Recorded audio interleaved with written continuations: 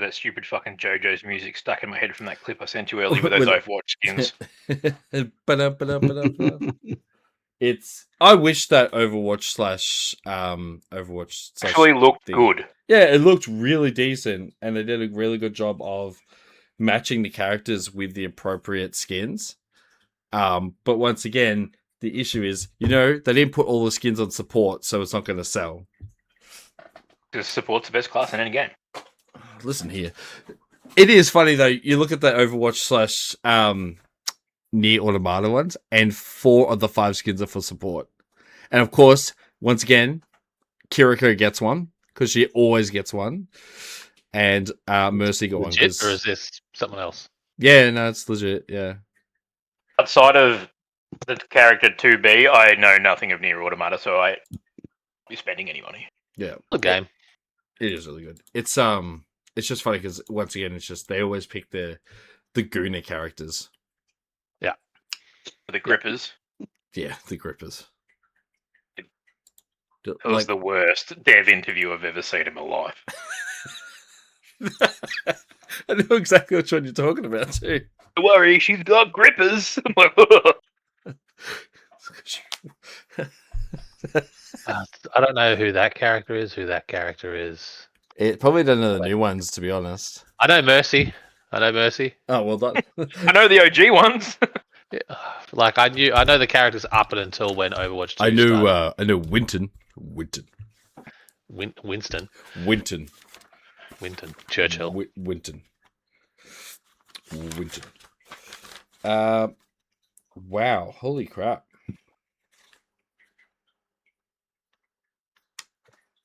I did not realize. I'm pretty sure last session we managed to walk up the street, and that was about it. No, well, yeah, I can't remember a thing. I can't remember a thing. You picked a fight with the freaking Inquisition. No, yeah. So that's right. Yeah. Oh, those guys. Yeah, you went. I got a letter or some shit. Yeah. So yeah, you went. Right. You decided that you finished up with acquiring your duds and needed rest, so you went to sleep. And the rest of them were like, "Hey, what are we gonna do? We have time to kill." So Bong took initiative and went, "I want to go speak to Prathrax about joining him as his disciple." What? Go learn hit things. Go learn hit things harder. And so what you did, and when you got there, you noticed that instead of the standard guards being there was guards in red and black that were barring anyone from exiting or entering. So I believe you and Xurian hopped out and inquired what was going on, and they said they can't tell you until you showed paperwork that you were an initiate, so you are a temporary / honorary member of the guardship, just not officially in the ranks, but you can, it's one step foot in the door, and so they let you in, and then Xurian's like, cool, I'm going to come in with you, after he acquires his documentation, and so the other 3 of you stayed outside, and while you were all resting for the day and the time in the Hell Rig,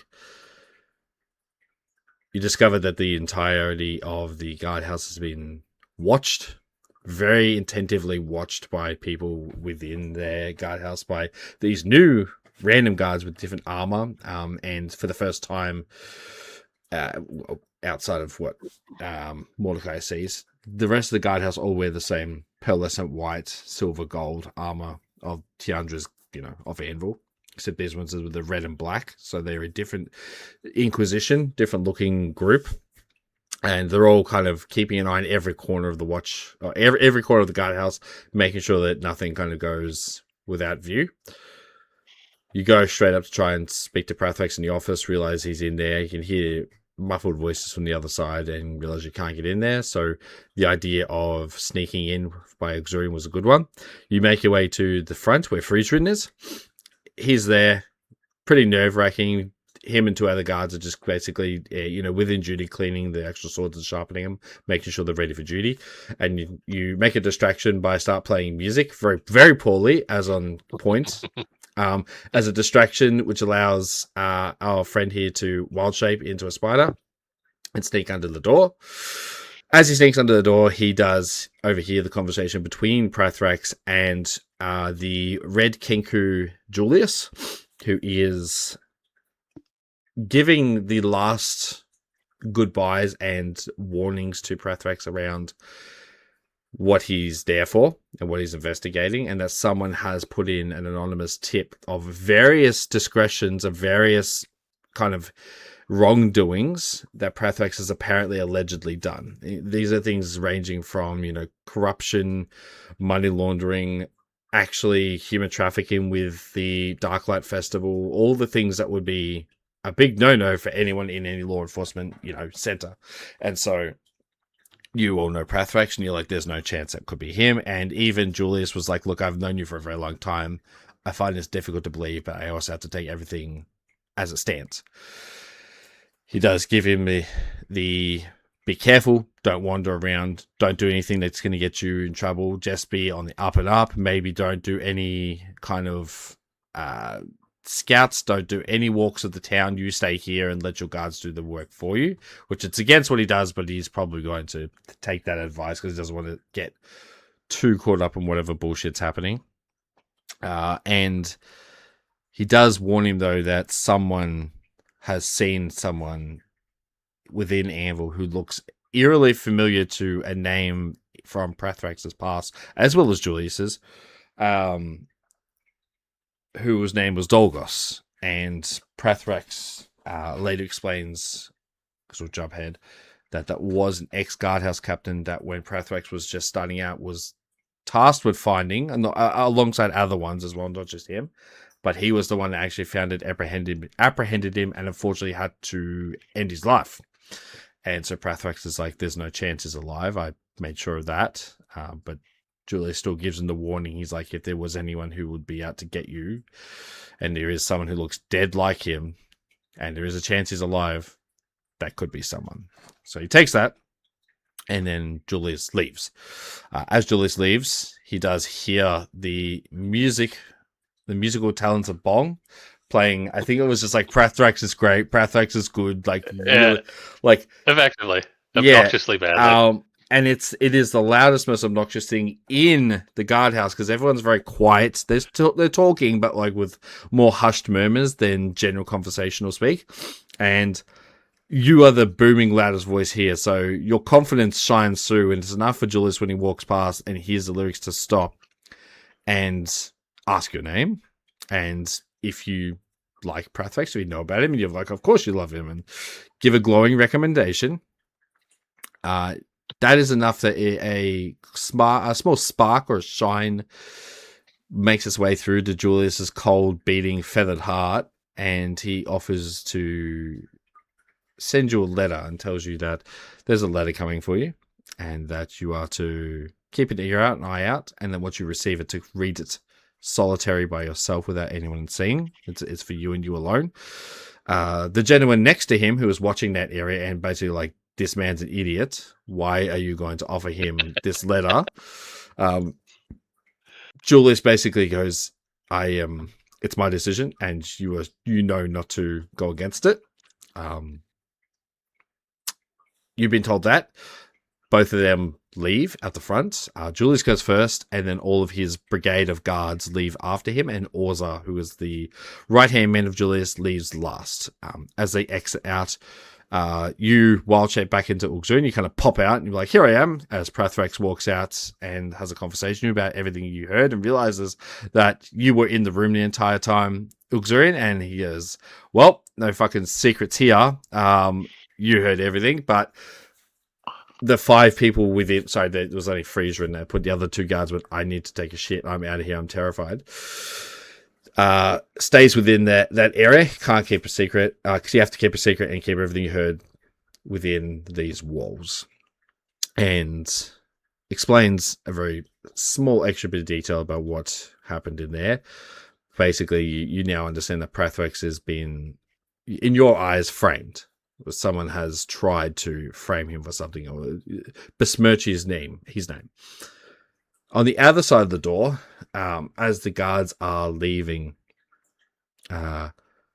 Julius walks past the Hell Rig and examines it.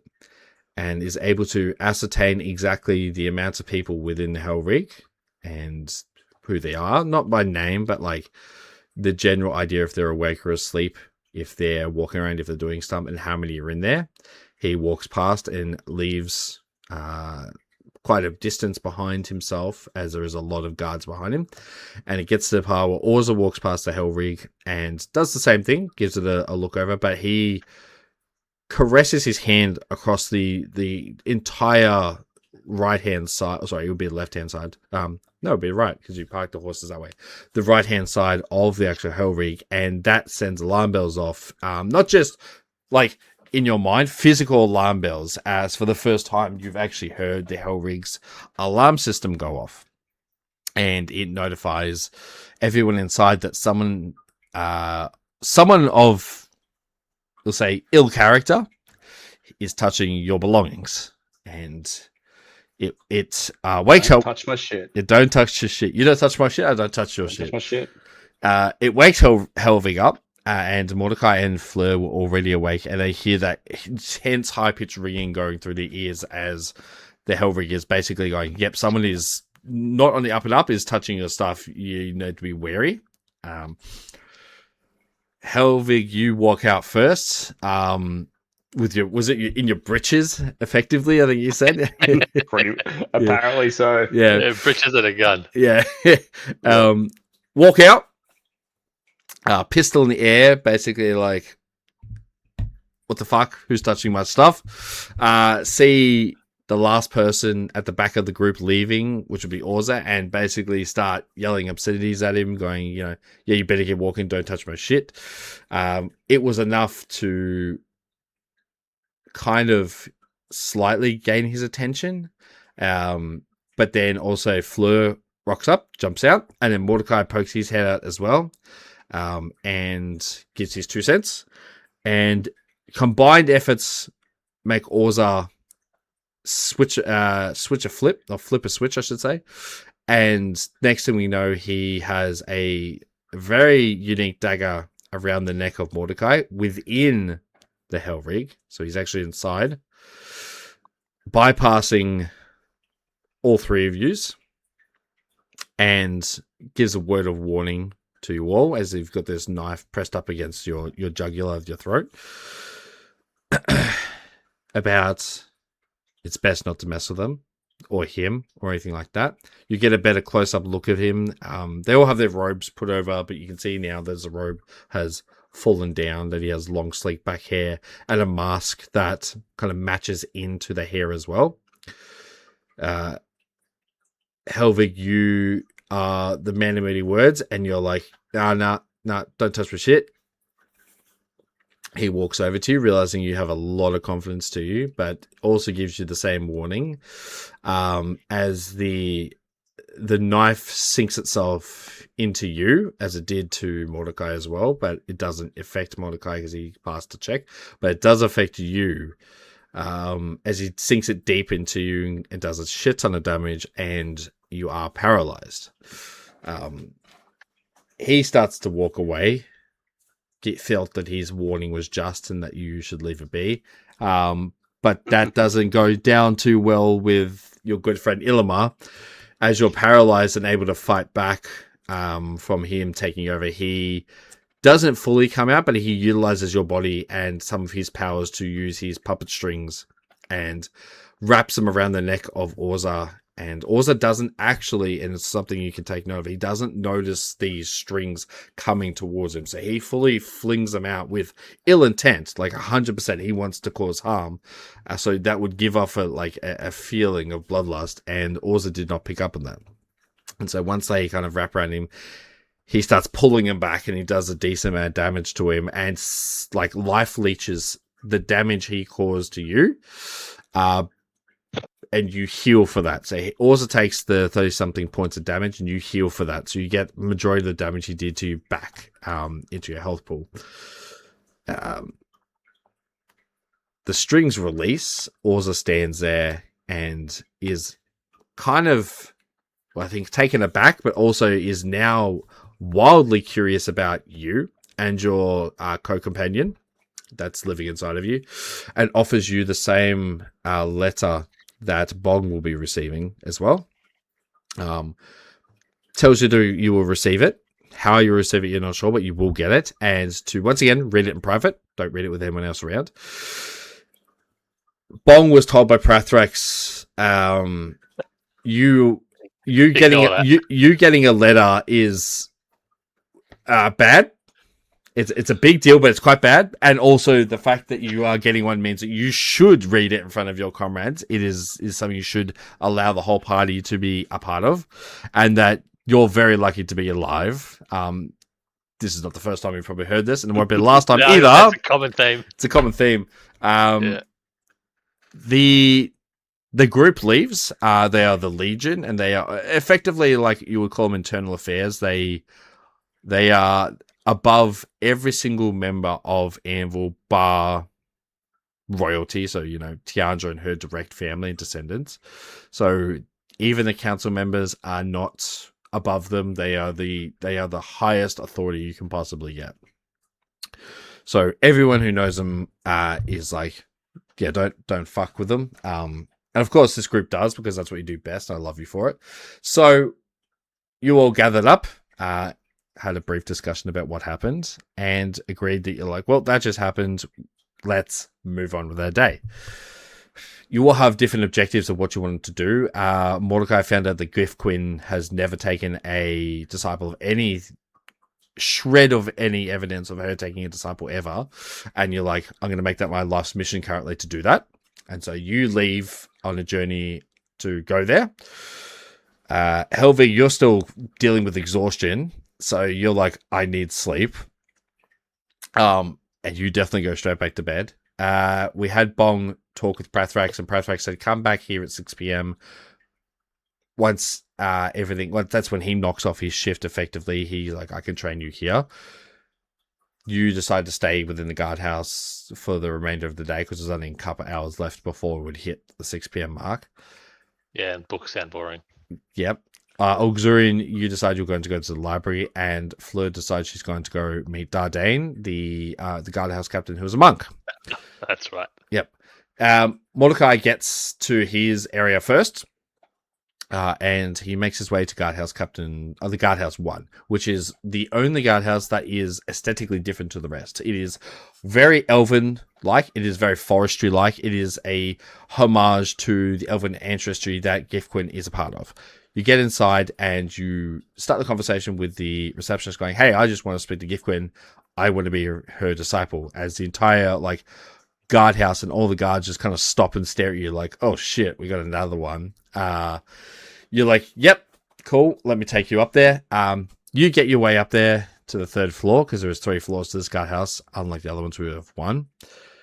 Get to the front doors, the dual doors of Gifquin's office, and the receptionist ask, sir, I have someone here to speak to you. They want to be a disciple. She gives 0 indication whatsoever, and she asks one more time, someone's here. And that's when you hear the standing of the heels of boots coming along, the shifting of a chair, and Gifquin does open the door to you and gives you a lowdown going, I've never done it. You managed to persuade her in giving her a chance. You're like, give me one shot, I'll prove it. And so she does. You enter into the office and she asks you some interrogative questions about why you want to do it. What do you think you'll get out of it? And after your journey is done, will you give yourself in servitude of Anvil? Will you become effectively trying to be, if she ever retires or leaves, you would become the new guardhouse captain, and she will not take anyone on who does not have that goal in mind. And so you agreed on the stipulation that your journey has to be finished, and that journey can be quite some length. So she understands that, of course, but you're like, that I'm gonna make it work. Back and forth between questions she asks you, you pass majority of them with some pretty decent answers, and then she goes, the final one is, let's do this mano-a-mano with a arm wrestling competition, which is, she is more about brawn than anything else. you pass it, you win, and she gives you the all clear. You have officially, well, you are verbally been told you are the right-hand man to her. Her only disciple she's ever taken on. Gives you the black bracelet with the green emerald in it that has her blood running through it. And you'll start training, not tomorrow morning, but the following one, so the day after the ball, you'll be starting training with her on the crack of dawn. You just have to be there. And the crack, yep. You simply have to be there, ready to go, and she will explain what the rest is. That was successful.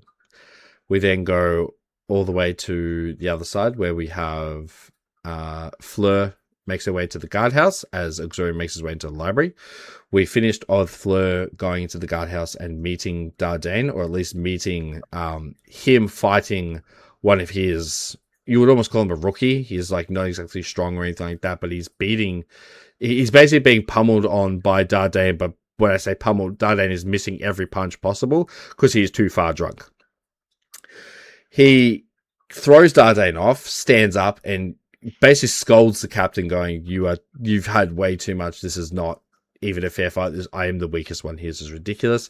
As Dardane goes, I'll be fine, and just immediately sees Fleur, asks who the pretty lady is, and then vomits onto the floor.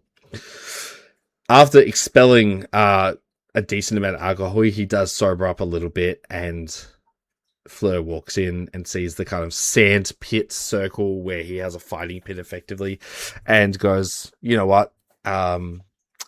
If you want to try and come in here and join me and stuff like that, let's fight." And so they have a once back and forth, and then he goes, "I need to fight properly," takes a swig of his alcohol that's on the belt behind the back of him, and you see him, or at least Fleur does, go into the drunken master monk stance and changes his stance completely from a boxing pose to a drunken one. So how we'll start it now is we'll go to the library where Xorian is and begin there. So you've been to the library before. Very evidently, you definitely know everything about the library. It's your favorite place. You go here all the time. But as you make your way up the stone column steps to the large doors that are opened for everyone, it's a very welcoming library, of course. It's very welcoming for everyone. The doors are open, and you can hear what would be large scolding and screaming coming from the desk at the front of the actual library itself as you make your way up the steps. Does that sound... Is the voice familiar, or is it a different voice? One of them sounds familiar. The other one is unknown to you. So you can definitely hear Zor's voice, the male orc. But the other one is definitely female. Sounds older and sounds much angrier. Okay. Knowing what he's already been told, he probably suspects who that might be and just takes a deep breath and walks in. As you get in there, you can see the desk, which you've already been accustomed to, and you can see Zor basically head down, like not making eye contact with this other orc.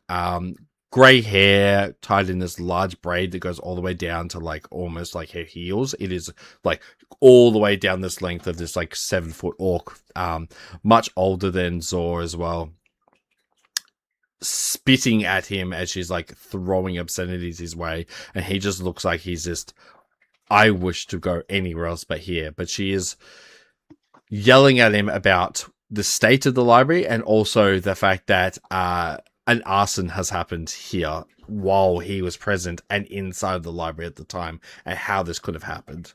And so you hear this, and she calms down. She's like, "My boy,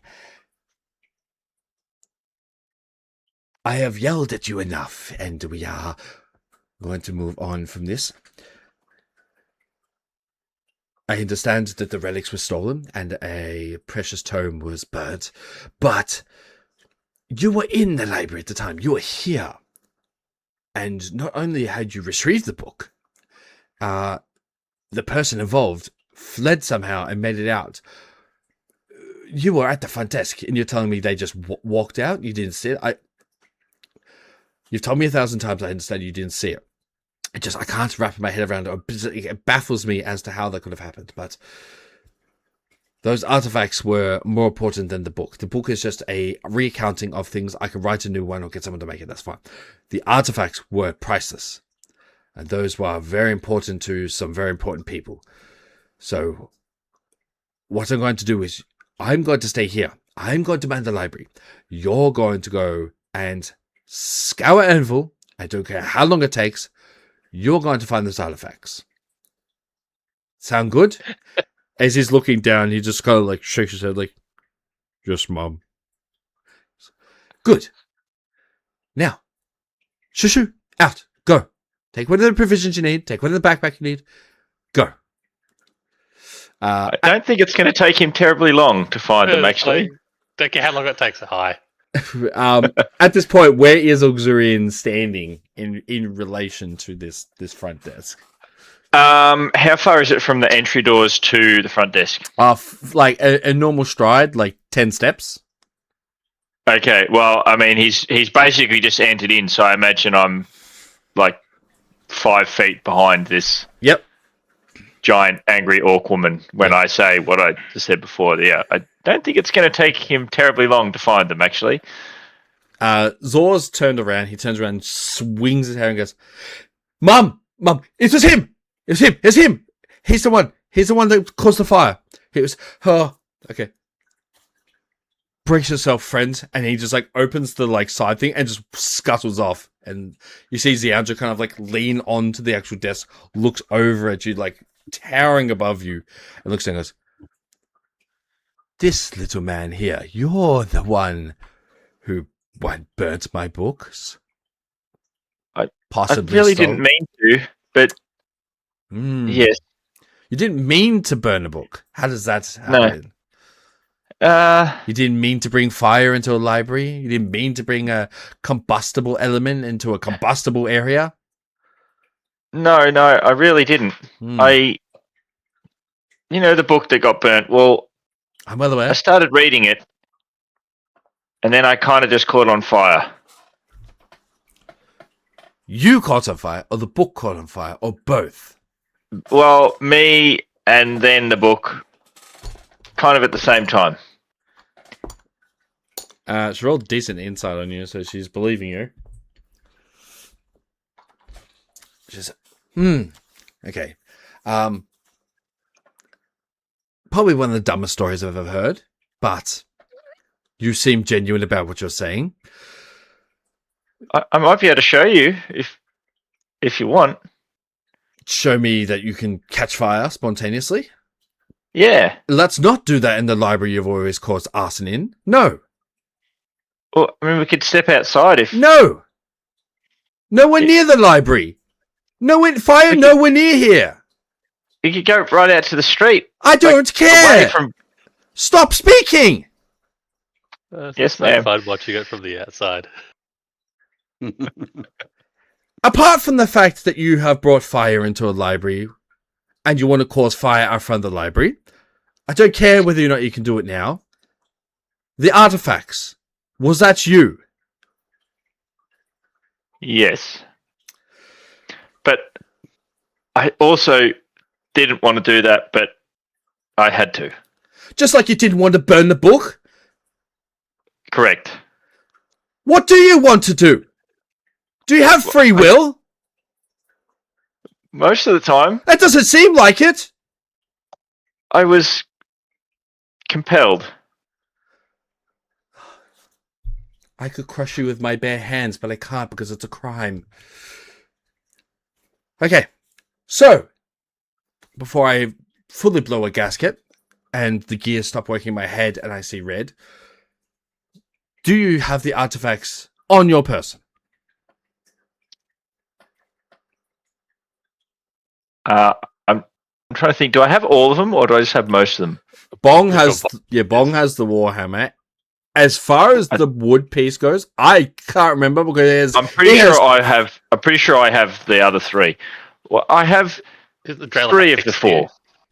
4. Yeah. Yes. And are they intact? They're not harmed, broken, on fire? As far as I'm aware, they are fine. The one that I don't have, well, I can't definitively guarantee that it's currently not on fire, but I suspect it probably isn't. Okay, well, if you do have them, I would like them back. Yeah, we've kind of hit a slight snag there. Snags. Yes. Yes, Please, I'm already overjoyed. Tell me.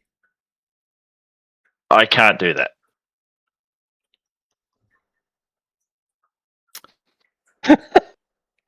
Okay. Okay. I feel that some large breaths are in order. And she takes 10 deep breaths to calm herself down. Do you have them on your person? Can I Yes. see them to make sure that they are okay? Sure. And I'll take out the scale Mhm. and the wood pieces and the arcane Mhm. power thing. She looks, she's, yep, that's 100% them. I would know them anywhere.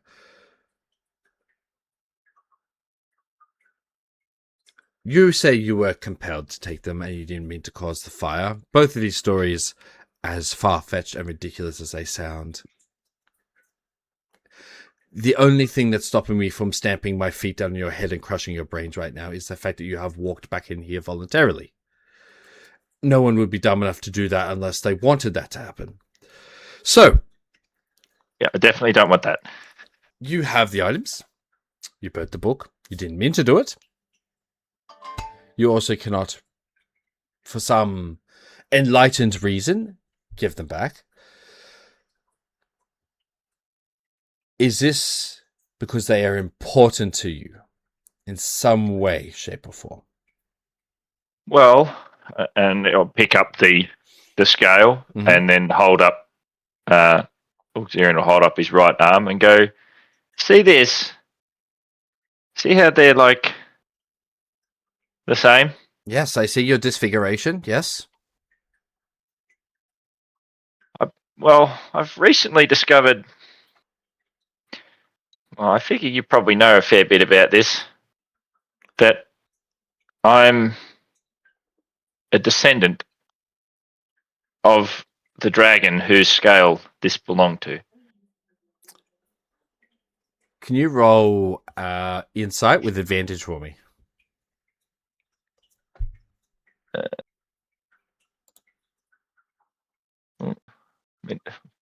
Thank Christ I had advantage. Yeah, I was gonna say 'Cause I a one, baby. Yeah, well, that's fine. The second one came through. Straightforward.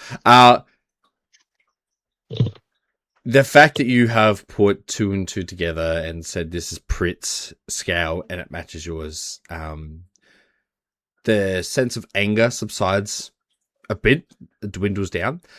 You see now a look of more inquisitiveness as to you knowing details about this that most normal people would have no fucking clue about.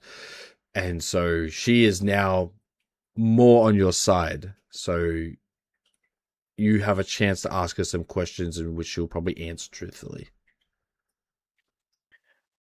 So I really do feel bad about the damage that I caused, and I didn't want to take the relics, but as I said, I was. Yes. I was- Compelled. I get it. I understand. More importantly, that scale is a dead ringer to what's on your arm. This is intriguing to me for many reasons.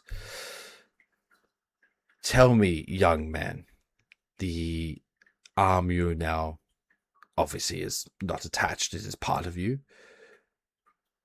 Do you happen to know the legacy of such a thing? Is this a new predicament? This happened last night. Okay. And you say you knew that this dragon scale was from Prit, the red dragon from the Sentinels of Legend. Yes, you say you knew this. I've spoken to Prit. You've spoken to a dead dragon. Not sure he's dead or alive, to be honest with you. I didn't see him in the flesh, in person, but I still spoke to him from wherever he is. Okay. You are full of many stories, my friend. Some more believable than others, some more far-fetched than others. But they are interesting enough that I wish to have a discussion with you. That book was... That. Yes, well... I'm not going to kill you today, so you can rest assured. Good to know. Rest assured. You do not have to pay for the book. I can create another. Everything is up here. I'm more interested in the fact that you do know that who that scale came from, as majority of people would just think it's a red dragon scale, but you knowing it's from Prit specifically intrigues me greatly. I'm going to take you somewhere very special, and you will speak to no one about this. Obviously, I understand you're a man that can keep secrets to himself, and if he can't, silver tongues end up with silver blades in them. I will ensure that whatever I see or hear in there is not shared with anyone that shouldn't know of it. Then follow me. And she walks you to the corner with the locked section of the library. Zor is packing his stuff ready to go out. He doesn't know about the artifacts. Specifically, he never saw you take them. He's just assuming you took them. Ziandra walks up and goes, Zor, honey, you can go watch the front desk now. Me and this young... Uxorian. Young Uxorian here are going to have a conversation. Please do not disrupt us, and if anyone's looking for me, they can fuck off. So, ta-ta, at the front, is also like, yes, Mom, I'm on my way, and drops the bag of stuff he procured just on the floor, and just walks and goes, no, take the bag with you. Don't litter. Jesus Christ, you think you raise them after 40 years and they'll be better than this? Go. And Zor like goes, yes, Mom. Picks up the bag, like walks to the front desk. And goes, now, once again, as we enter in here, there are books no one has ever seen before, and there are parchments no one's ever touched before. We're just going to sit down and have a conversation because everything within here cannot be heard from the outside. It is a silent booth, and we will be able to speak freely. So, I am taking you on your word, Master Uxorian. And she turns around, pulls the key from her breast pocket, it's just hanging off a thing, unlocks the door, and you hear the lock go, open, and the actual lock like falls to the ground and dissipates into sand.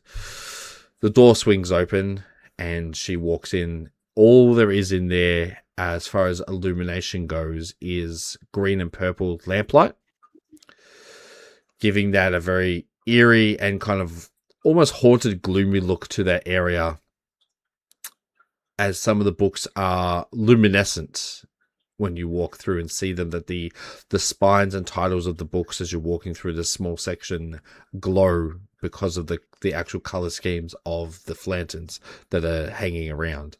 Without them, basically, they would just look like blank books, and so you can actually see what's going on.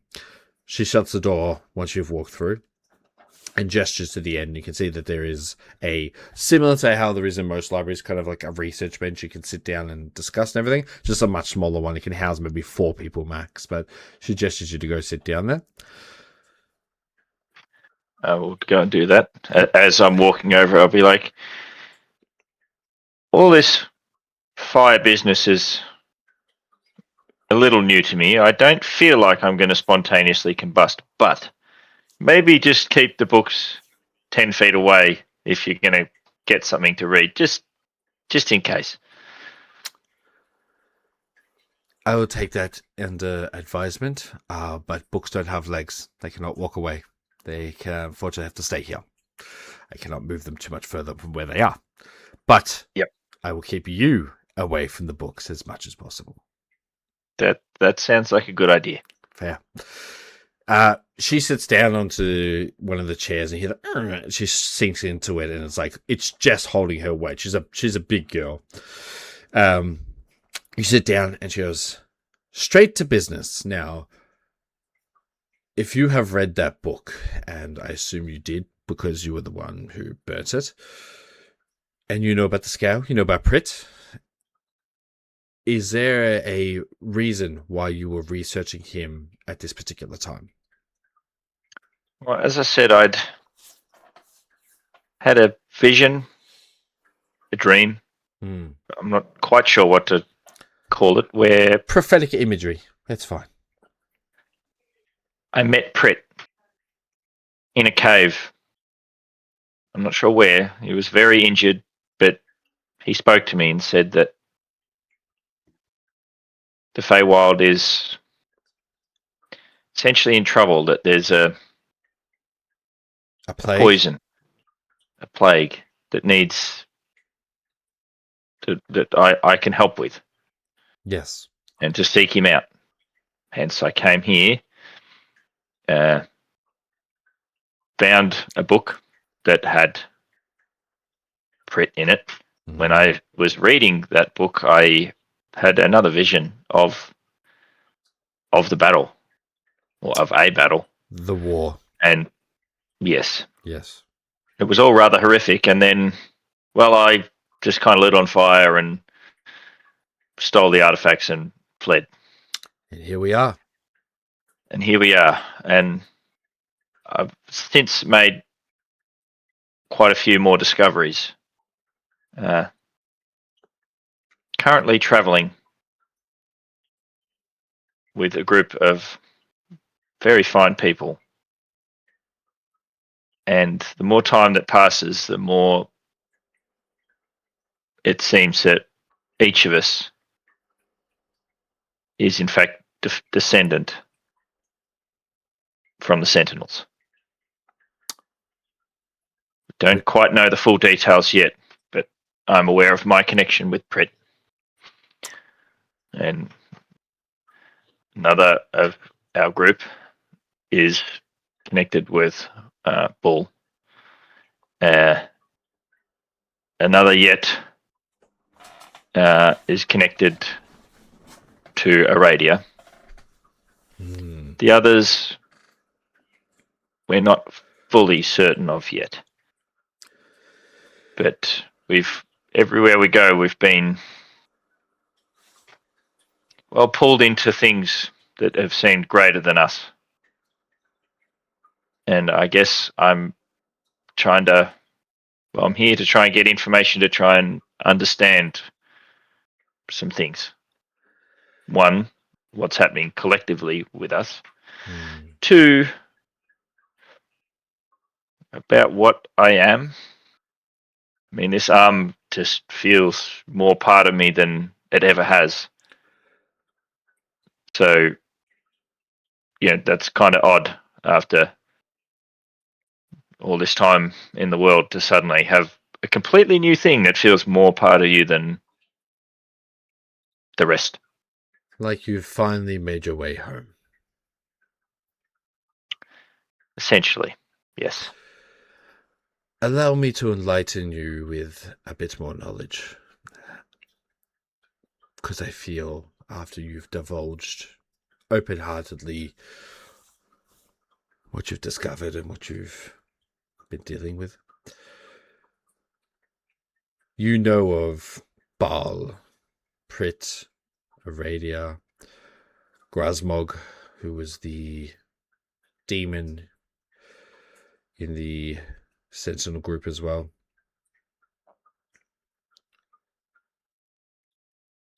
Mordecai was the last one, or Morty he was short for. They made up the group, the 5 of them, as the Sentinels. That number makes sense. When, as far as my records are able to be found from my journeys, picking up tomes everywhere, that Baal had a singular child, but never cared for him or never looked after him. Aradia is barren and cannot have children.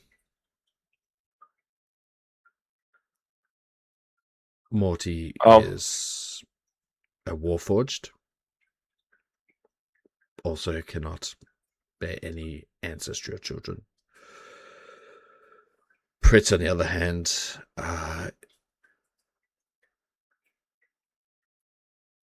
well, I have spoken to Prit. He is alive, and you are correct. I felt that was the case. Yes. He is not well, and explained to me his creations, he'd like to call them, which were his dragonkin, those who gave themselves over to their draconic side and became a new kind of subrace, a new race in themselves. Not quite their original race, but not quite Dragonborn, something mixed between what you're dealing with currently.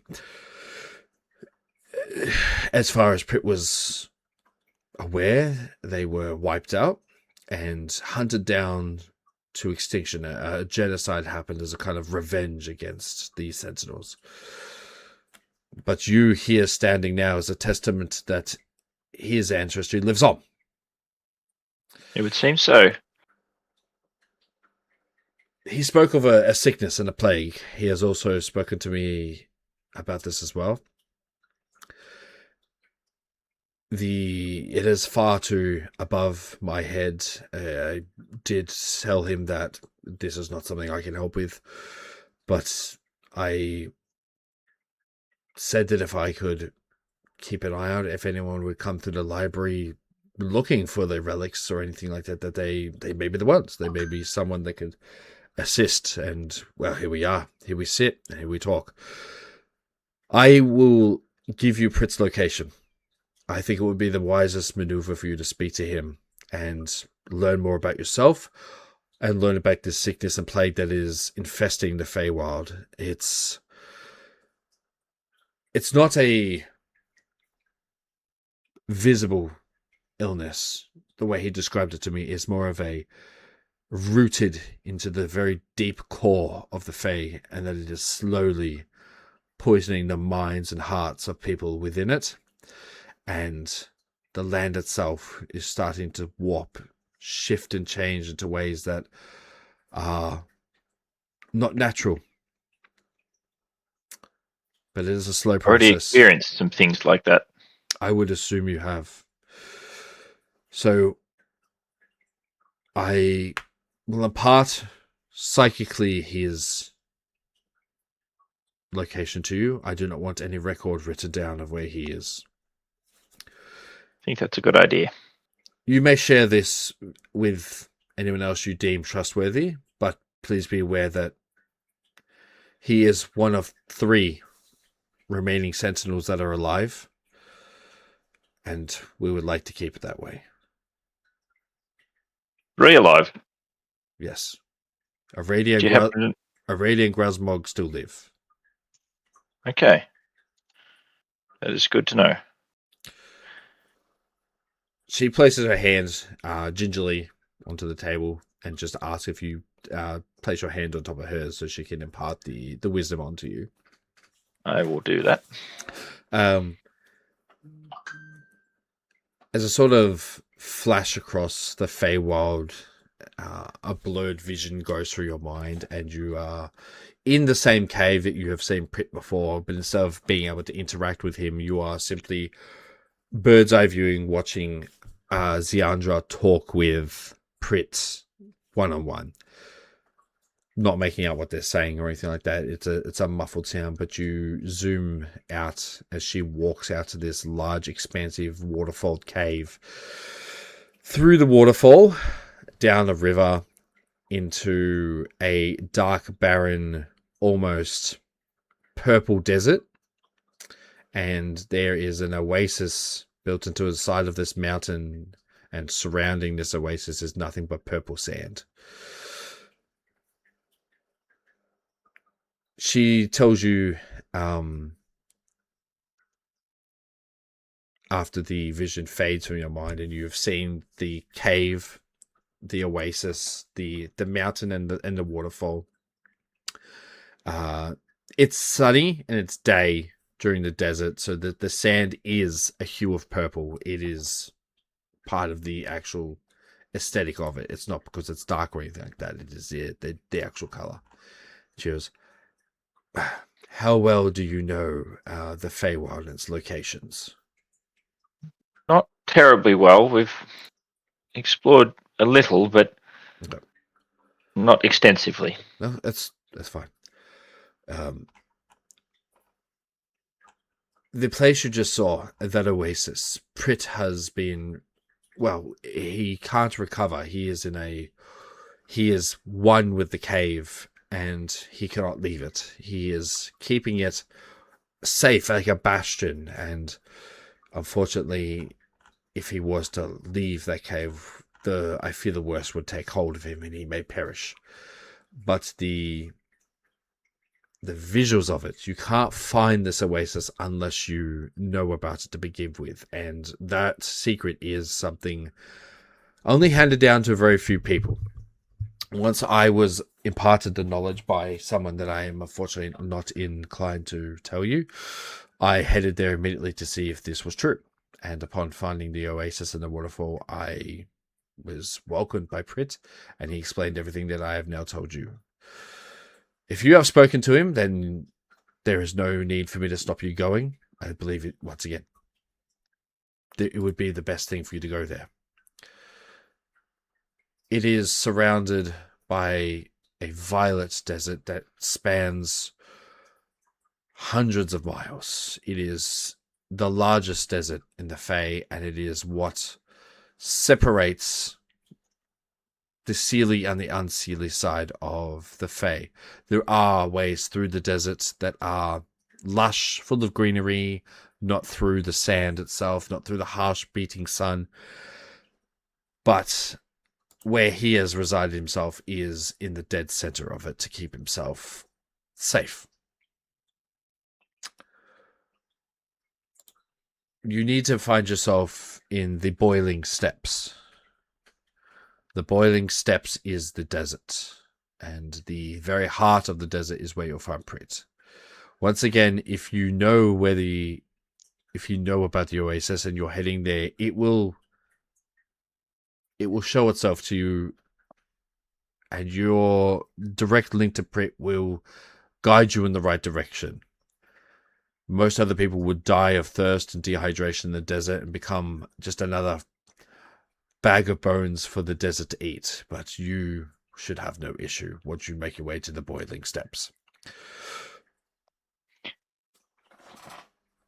Thank you very much. I really had no idea how to go about finding where he is, but thankfully you're aware. I am just very happy to know that his legacy does live on. Even if it's one person, the fact that there is a chance of survival for his race is a welcoming boon for the Fae and everyone involved. He is weak. He is, like I said, a beaten dragon, but he is still steady of heart and fine to communicate with if you can make your way there. Do you think there's anything I could do to help him physically? I, in my vast knowledge, was not able to medically ascertain anything that could help him, nor magically, but you being one of his effective brood may have something that I do not. But as far as what I have discovered, I was not able to. Yes, I'll figure that one out Hmm. when I get there. Who? Well, do you think Tiandra and her children and Tasha would know about Prit? When I spoke to him, he seemed to know of them, but it's not that he had a voice of familiarity, so I am not sure. If you're able to speak to them somehow, which is, that's a large blessing to speak to them. We've had a few interactions, mostly good. I would hope they'd be good, otherwise you wouldn't be standing here. Well, one rather bad interaction with, well, one of the children. Oh, it's not hard to Fortunately, pick which one. Didn't quite go to plan. That's how I got this little present around my neck here. Just don't go touching that. Nothing good comes of touching that, I can promise you. Well, in my line of work, finding rare objects that have been cursed before and just straight up grabbing them, I'm quite used to it. But I'll take your advice. And when it comes to Tiandra's children, they're all on the up and up, bar one, so it doesn't take too many brain cells to figure out which one you had a run in with. Yes, it was all very unfortunate. Hmm. Do you think it's best for now that I don't mention any of this to the family? Or about is it worth Pritz? I breaking mean, them? you could definitely tell them, but they're quite busy, but it never hurts to tell those in great power and trustworthiness information that could benefit both parties. I see no issue with telling Tiandra or her children, bar maybe Vanestra, any of this information, really. If they can find some way to help you, all the better. Okay, well, I'll keep that in mind. One other thing. Well, What? two things. What do you know of Illimar? Well, from books, tomes, readings, he was one of the 3 lieutenants to the Great Lich, destroyed by the Sentinels during their time in the war. He was the destruction and the reason Bol died, and the reason Prit perished, well, was seen to perish as well. Yeah, he's not real nice. No. All records indicate he was one of the most evil. He was known as the Puppet Master, and all records seem to indicate that he was, out of the 3 of them, not the most evil, but the most sadistic and, well, gambling one. He'd like to make contracts and have people join under him. And, well, of course, with most contracts made with those of evil persuasions, they're always in the favor of the evil person. If I were to come across Illimar and wish to destroy him, How would you good. do that? He is already perished. maybe he's perished in the same way that the world thinks Prit has perished. I see. I quite I'm lost for words. He should be dead. The other 2 lieutenants were also recorded as dead. To be fair, there is a voided period of time where there wasn't a lot of recollection and recording of certain periods of what happened or transpired after certain battles. If there was a chance Illimar is alive or entombed somewhere or rescued, God willing, I hope not, then if he's physical, then once again, physical harm could kill him. If he is in, spiritual form, or he's a soul trapped in somewhere or somewhere like that, then that is a much more difficult task. It's the same with any possession. If the person's possessed and they have no free will, and you have to kill the body, and then that soul can escape. But if you trap in a soul stone and you kill the soul stone, then they die for good. But if it's someone who's willingly allowed someone into their body and they're inhabiting the body, then then it is a much deeper, it's a much deeper, harder thing to understand. You have to do two things. You have to forcefully eject the soul out of the person's body, but then you also have to have that person willing and allowing that to happen. If there is even a shred of doubt in that person's mind when ejecting that soul, that person's soul comes with it. They have to be 100% fully on board with that. Otherwise, you're dealing with wayward souls lost in the void or just around. It's a dangerous and often misunderstood form of magic, but most of the time, people who have formed contracts or have a soul residing with them just kind of live with it, because the alternative is much worse. Oh, it's another of those bridges to cross. I'm just going to ask, are you saying that someone you know has Illimar in them? Yes. It's I I am genuinely terrified right now.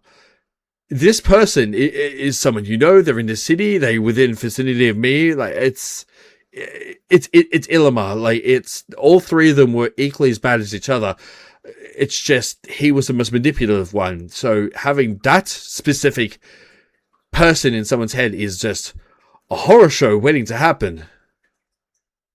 That pretty much sums up host as well.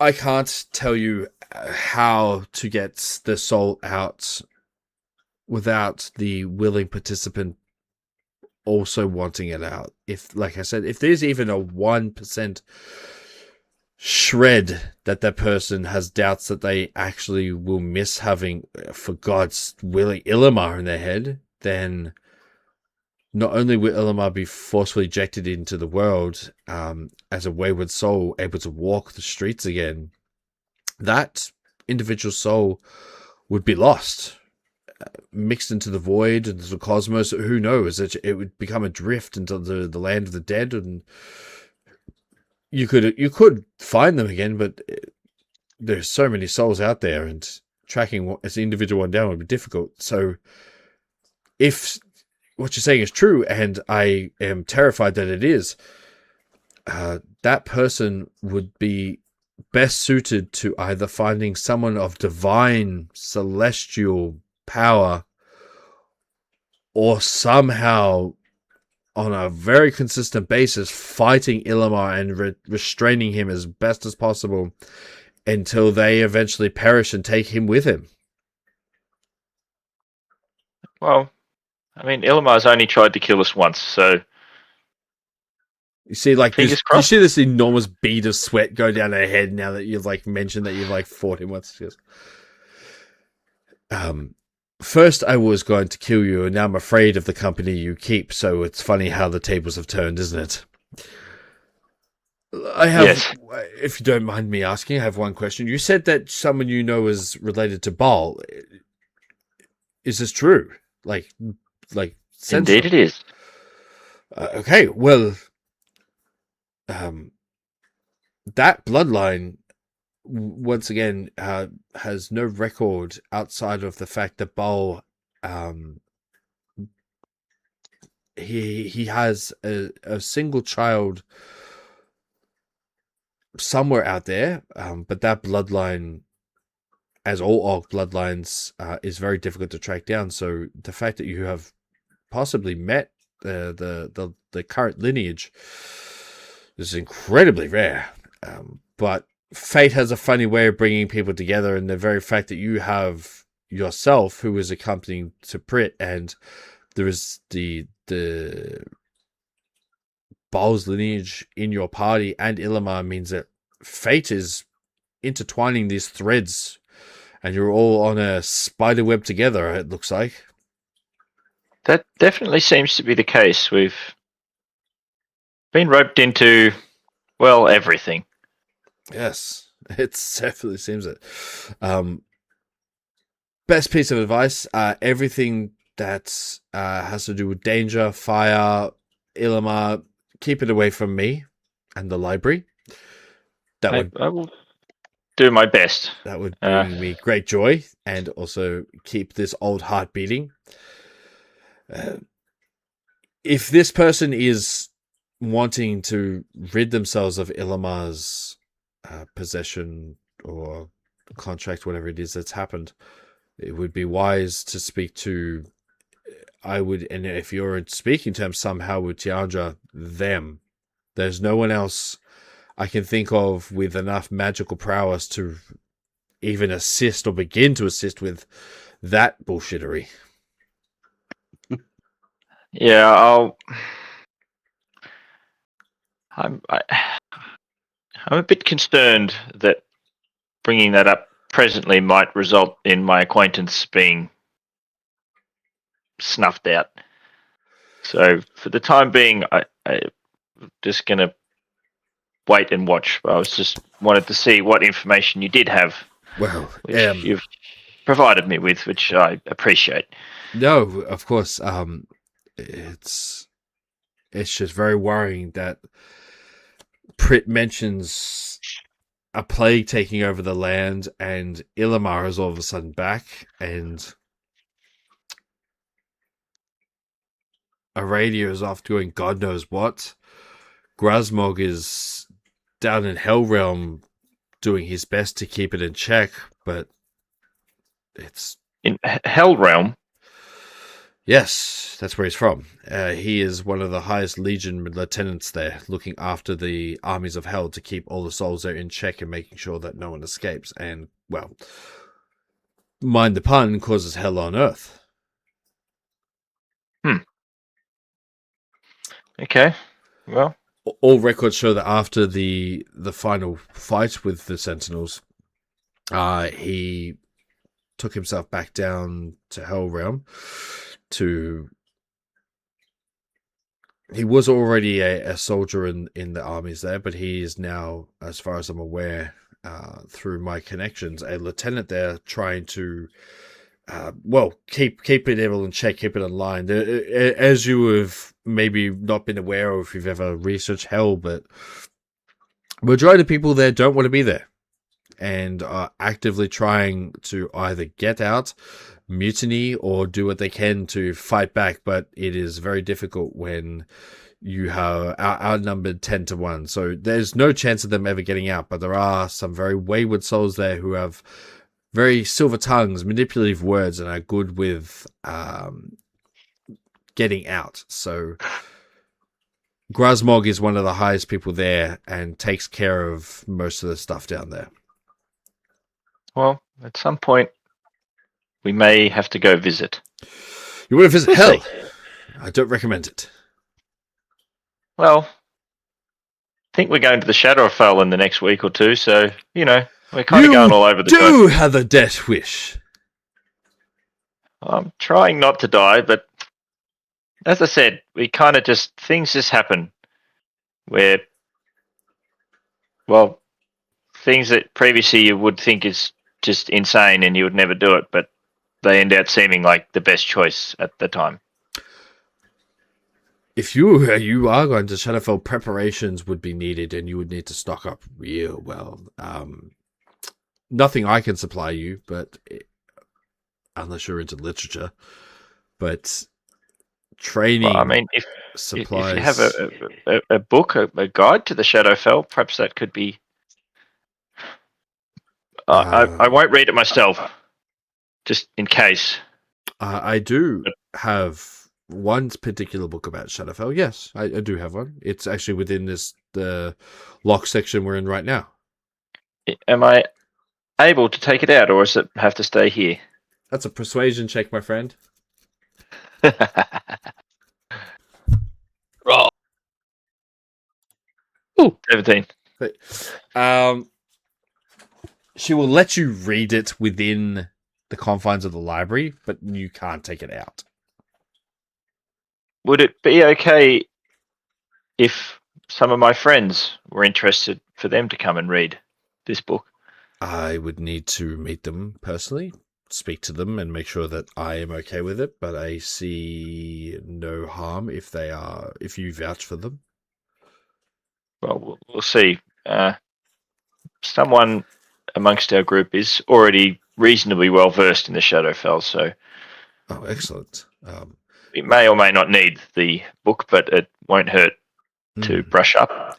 Just the Perhaps one. I'll have a read before I go, but I'm a the bit... one that is piggybacking Ilima. I just request he not enter. Very well. Very well. It's nothing Normally does his against own him. thing, that one. Nothing against him personally. It's just that no normal sane person ever allows a spirit or demon into their head. That's probably accurate. Seems That's probably accurate. but I will show you to the book now. Do you have any further questions? One last thing. Would you happen to have any books on semi-recent, maybe in the last 20, 30 years, say, localized zombie apocalypses? I do have books of localized. Possibly. I have books on locations and the conflicts that have happened in those locations, good or bad.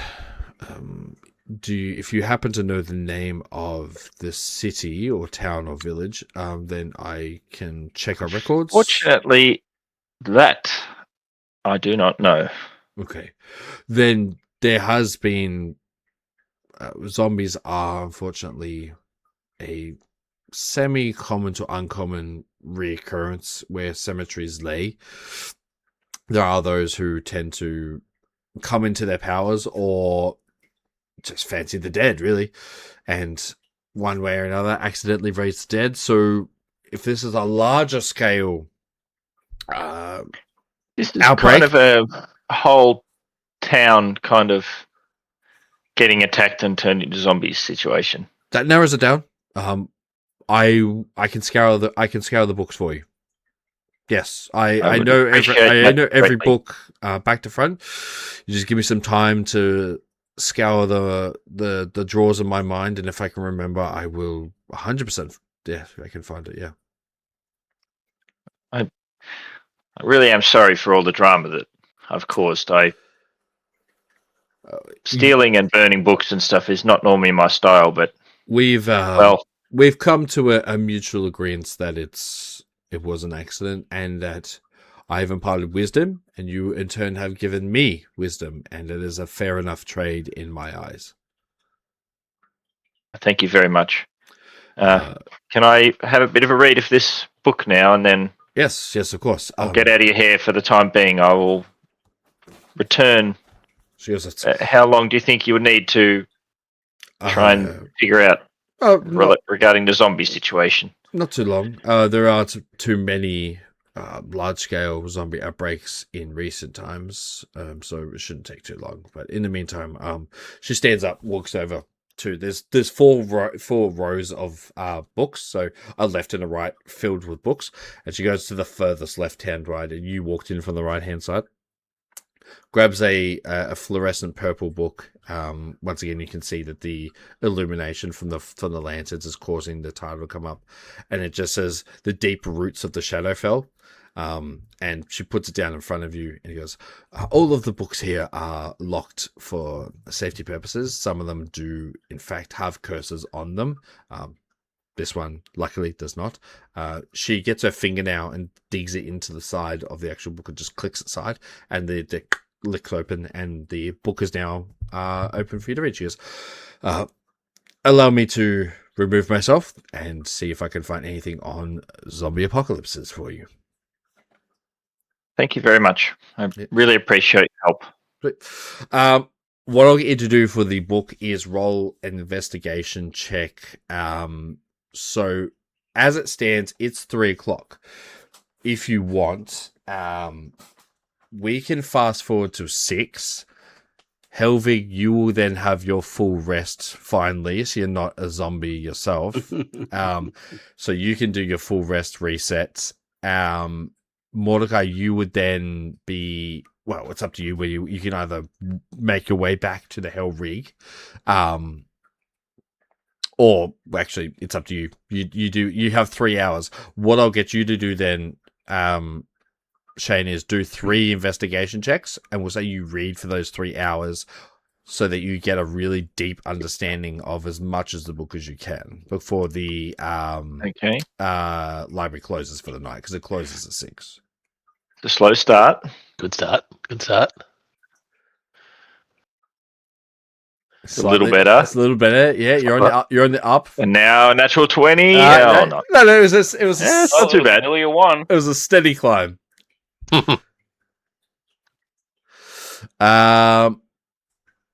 So let me actually pull up your thing. You have a 6, 12, 14. Awesome. So while I'm working out that for you, Mordecai, what would you like to do? Because we know Bong's 6 p.m. is he's going to now train. Helvig, you now have the night to yourself to do what you want, which you can do studying or anything. You are technically at the library now because you were sleeping in the Hell Rig, and the Hell Rig was brought with Uxorian and Fleur. So you two can decide what you'd like to do. Yeah. Library. Yeah, just walk in. Hi. Just walk in. No one told me shit. Mordecai could always go visit Karen for 3 hours. And I assume, is Uxorian anywhere I could see? Well, this is at 6 o'clock, is it? So yeah, you would say that you wake up because I'd be walking out. You woke up and then slept again for like half an hour, so you would give yourself a half an hour leeway. So you would say you wake up at 5:30, so you have half an hour. As you walk into the library, you would not see where Uxorian is from the front reception area, no, because he's in the no-go zone. Fantastic. So that whole better not tell that guy to come in my library. Well, anyway. Yeah. So you would effectively walk up. Zor would see him like, "Oh, sorry, we're about to close. We only have 30 minutes left. If you wish to be quick about perusing, please make your way to the back. Look what you may do. But we only have 30 minutes left before we shut the gates." I just woke up though. Isn't it morning? No, Master. It is not. I think I had a big one. Bit of a bender, I see. Well, a little bit. I don't drink. I'm sorry. Mate, would you like some? He looks around and he can't see his mum and son. He goes, "But my mum's here. I can't drink on the job." I won't tell her if you won't. Roll persuasion, bro.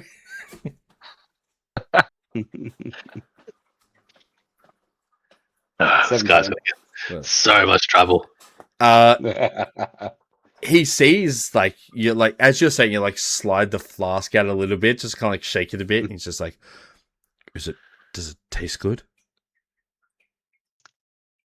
Nectar of the gods, mate. Nectar of the gods. I am really quite thirsty. Can I? And he held his hand up. Go for it. Now your flask, what is in it? It is up to you because you're the one that refills it. Poison. Poison pizza. Orc repellent.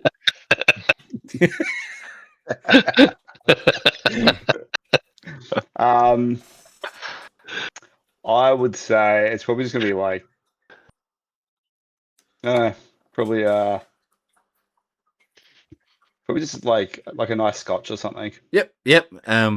A good brown, nice. So he takes like a swig, a very small one, like baby's first steps. He just like takes a little bit like that, and he goes, "Ooh, that's it kind of burns. Does it? Is it supposed to burn? Oh yeah, the burning's good. That means it's real good. It means it's really good. Oh, it's have another sip. Okay." Takes like one more sip, but this time it's like triple the amount because it's a bigger boy. And he goes, it's very, and you can see like immediately like his cheeks just go whoop and go red like immediately, and he's just like, "Could I have the rest of this?" I'll make you a favor. Sir? Yes. So this guy's orcish, yeah? Yes. Full orc. Yep.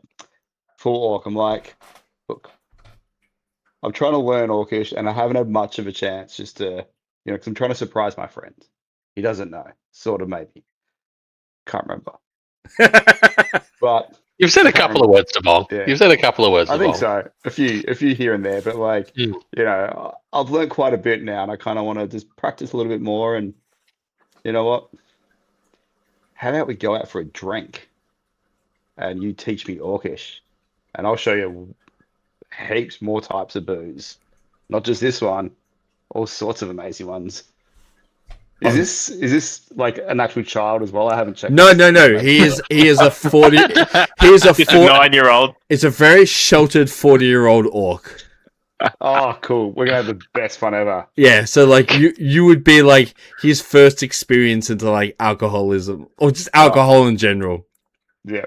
To soon become lism, yes. So he's just like, I can teach you orcish. I've read many studies on it, and I teach it. I teach 17 different languages actually, so I could teach you many. It's fine if you're happy to give me more drink and we can talk over this. We're close to 6. I'll come with you. He goes, what should we do in the meantime? He goes, oh well. Give it. He finishes the rest of it and gives you back the flask. Sure. Like beaming red cheeks on like this green orc, like it's permeating through the green of him. He's just like, and you see him, and he just goes, "It's straw. The burning's not stopping, but you're right. It feels it's good. It feels good though, doesn't it? Yeah, it feels great. It feels amazing." He's like, I feel so strong, and he just like picks up this book and just tears it in half in front of you. He's like, he goes, I'm so strong. You are, mate. He goes, oh, I'm sorry. Do you want to go look at books? Go look at books. I feel like I could tear this desk in half. I'm gonna look at some books while he fucking destroys the place. You're not gonna be able to take him out to fucking drinking because he's gonna get grounded. Freaking Xandra's gonna be so happy to know that the host that inhabits Illimar is getting corrupting her kid. Corrupting a kid to turn him into an alcoholic. He's a violent alcoholic too. I have a silver tongue. I just apply him with booze. You don't need to be a chaos gremlin. You walk into the library without any issue, as you get into the sectional parts of it, and you turn around and you just see Zor, and he's just kind of like got the desk, and he's like trying to bite into it. He's like, I could bite through this desk if I try hard enough. He's like fully leaving like fang marks into the desk itself. But you have free reign of the library. You can't see Ziandra at the moment, and Auxurian, we'll say you finish half an hour. That's fine. You discover 3 things. So your first roll, you read enough that you discover 4 animals that are native to the Shadowfell. Your 12 is enough that you now know 2 weather effects that are once again exclusive to the Shadowfell, which include shadow tornadoes, which are like sandstorms, but instead it's purple lightning. If you do get caught in it, like Mordecai's already aware of it, but if you get caught in it, it's a permanent debuff to your health the longer you stay in it. So most people, if you build a shelter of some description and just get and shelter yourself from the actual air that siphons around it, you're safe. But if you breathe in any of the air that's inside of it, because you can walk through these storms, it's like a sandstorm, but it basically starts poisoning your lungs and you get black lung effectively, and you can't ever get rid of that. So it's like a permanent debuff. So that's one of the freaking horrible. Yeah, the Shadowfell's real bad. Shadowfell's a great place. The other weather effect is there is some of the actual towns that they float. They aren't physically attached to the ground itself. Those ones have bouts of higher altitude than usual. So the people there have gotten used to it because they live there. But those who aren't used to it, there are times during the day where for some reason the altitude shifts and it's if you're 1,000 feet higher, and half of the people start to not be able to breathe and they have to put respirators on their face if they're visitors. So you're now aware of the fact that there are some towns that you visit. If you go there, there's certain periods of the day that you'll just see visitors all of a sudden put on gas masks. Otherwise, they'll just pass out and have oxygen deprivation and will most likely die. Excellent. The other one, you learnt of 3 locations. You have now learnt of a town called Gloomrot. So Gloom and then WROUGHT. Which that is one of the major cities within the Shadowfell. So it didn't take too long of you scouring through the books to be like, oh, I know of Gloomrot. It's where the Shadowkai and stuff come from. There are 2 other ones that you discover when reading through it. I will send you those ones privately because they're kind of special. As you hear from outside of the entrance to the no-go area, the Forbidden Zone, just Zor screaming at the top of his lungs, I feel like I have the strength of a god. And you hear just gnawing on wood. It's excessively loud. So you're even from far away, you're like, what the fuck is that dude up to? So I will send you the other 2 now. But you have effectively read what you can out of that book with the time allocated to you. Yep. Hearing a rather large commotion out of someone that's been calm the other times, and probably getting to the end of his threshold of capacity to read, Auxerian will head out of the restricted area there and see what in blazes is going on. Beautiful. So as you walk out, the Helvig effect. Yeah, the Helvig. As you walk out, now this is up to where Helvig. Do you see him, or what are you currently doing at this time? I'll just be probably just knowing I got limited time in here. I'm not looking to find anything specific. I just want to get a bit of a feel of what's in here. Yep. If I do want to come back. Yep. So I'm just wandering around the aisles, perusing, maybe looking at a couple of books here, and they'll be like, "Oh, that looks kind of interesting and stuff." But yeah. Yep, that's fair.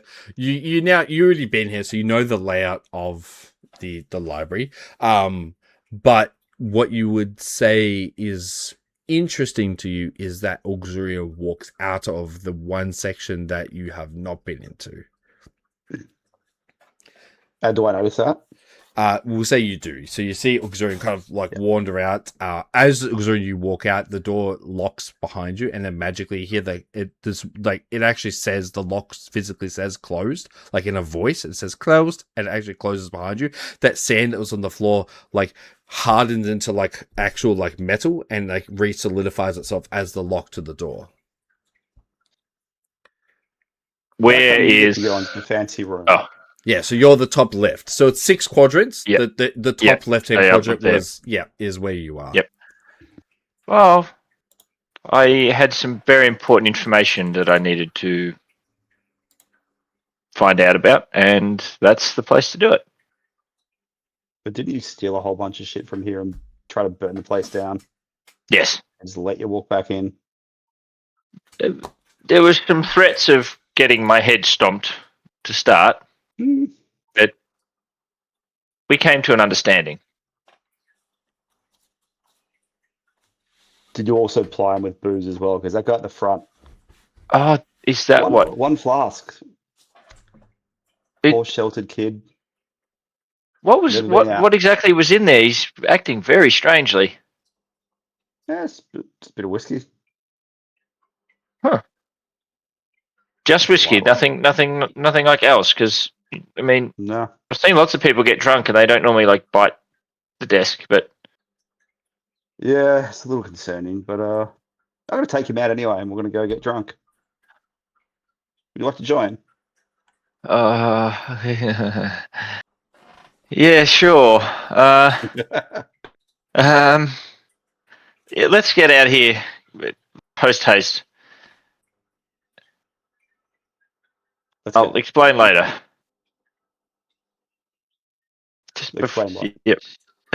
Later, but just I'll have a look around. Do I see Andrew anyway? Anywhere? No. So like you've got the you know the layout fairly well, the library now, but you do have that like the two precipices on the left and right hand side. She's not there either. In fact, you can't see her at any part of this library. So if she's either left the library to like remember, like try and like go through her head palace, or she's in some part of the library you just can't see. Yeah. Okay. Yeah. Let's get out of here and we'll talk about this outside. And I'll just go over and I'll grab. in case, do you just start moving straight away, or are you like not? Oh, I'm just like casually. I mean, I'm waiting anyway. Like I'm trying to kill time. Yeah. Yeah. Okay. Well, I'll just come over and just with my now very strong feeling right arm, just like put a hand on your back and just kind of accelerate you somewhat towards the door, just to make sure you. Whoa! Grab your hands. What are you doing? Yeah. Appropriately. It's not like just grabbing your ass cheek and just like, come on, there we go. You get to the front desk. 6 o'clock hits, and you hear the chime of the bell that is attached to the library. Zor has finished gnawing on the desk. Sees you walk past and goes, "Ha, friends! Zor the Strong comes for drinks! Go, as I lock up the library, and I shall meet you out the front." We'll see you out there. See you in a minute. You exit out the front, get to the steps, and you see the Hellreek sitting there. Fleur has her own thing to do, but she is now there with you. And Bong's still back with Prathrax. The doors shut behind you, not politely. They kind of slam shut as all just kind of like he's leaning up against the door and he's just like, "Oh, keys. Yes." Starts fumbling amongst his pockets and he's like looking and he just goes, "Did I leave them inside? Oh, it doesn't matter. No one's going to steal from the library. Let's go!" Famous last words, buddy. Starts walking towards you. Mordecai, since technically when you finished it was 3, it's now 6. You have 3 hours to kill. Gwifkin can't physically do more for you now in terms of training or anything like that. If you answer a question. Yes, 100% you can do that. Cool. Just wondering if you could give me any information or history or insight, Soren. I'm afraid I don't know of any Soren within my ranks or personally in my life. I believe he was possibly one of the Sentinels. I'm also not versed in who the Sentinels are either, I'm afraid. Is there anyone that you could suggest in town that could possibly shed some light? Well, if it's a piece of history, your best bet would be to go to the library, speak to Ziandra. If you also wish to explore, do you know what race they were? Yeah, it's okay. Many people are connected through deep heritage to the races, so not that I've ever heard of that name, I'm afraid. But if it's someone who utilized magic, you could speak to Kidra. She may know an ancient mage called Sorin, or you could speak to Ziandra at the library. She may know someone who in history was called that. Unless it's someone of a great warrior of note that I have dealt with, unfortunately, that is outside of my skill set, I'm afraid. That is okay. Thank you for your help, and I will see you at 7 a.m. 2 days from now. Oh, no, I'll see you at the ball, unfortunately. But yes, forgot about that. Jeez. Well, I'm sure that you'll enjoy your time there. Me, on the other hand, I am only going because I am forced to go, and I'd rather train or sleep. It is fair. It's more than I fair. will bid you adieu, and I will see you then. You will. Once you make your way down and speak to reception, register yourself just so that they understand what has transpired here. The bracelet will, of course, do majority of the talking for you. It is the first time that I have ever handed one out to someone, so it will come as quite of a shock to those down there. But you will earn their immediate respect, and well, it is something that I think a lot of my comrades have been wanting and asking for quite some time. So you will have a few friends straight away that will want to talk to you. Mm-hmm. But anyway, reception, first floor, you would have seen when you walked in. Simply register your name, your occupation, everything like that, and they will also know by the bracelet your rank within the guardhouse. And then, yes, What is my official rank? Is it disciple? Disciple is I don't like the word. It seems like you're... Second in charge? No, we're not quite there yet. I've never had to have a rank for someone directly below me, but also not a boots on the ground soldier. Allow me to think. Play by you. We'll play by you. Allow me to think on a appropriate title for someone that I never thought I would have. But for now, you're a comrade and a blood brother in arms. Okay. Actually, I think I like the sound of that. You will be the rank of blood brother. Noted. Thank you. And I will make that official on the first day of your training. Until we meet again. Till we meet again, Master Mordecai. And thank you for showing me that there are those out there who have a dedicated heart, steadfast mind, and the fists to go along with it. There's too much weakness in this world that needs to be snuffed out, and you are not one of them. With that, Excellent. you can now leave. Get lost. We'll head to registration. Beautiful. You make your way down. The minute you kind of open the doors, there is like 6 elven women, like 3 on each side of the stairs, like looking up, and they go, "Oh shit! Oh yeah, no worries." And just kind of like walk away down the stairs, like they weren't listing and spying the entire time. Gift Queen's just, you can hear it go, I have to explain this to so many people who are just not going to get it. Ignore them, Mordecai. They're just nosy little prits. Continue. I'll continue down, thinking to myself, harem, harem, harem.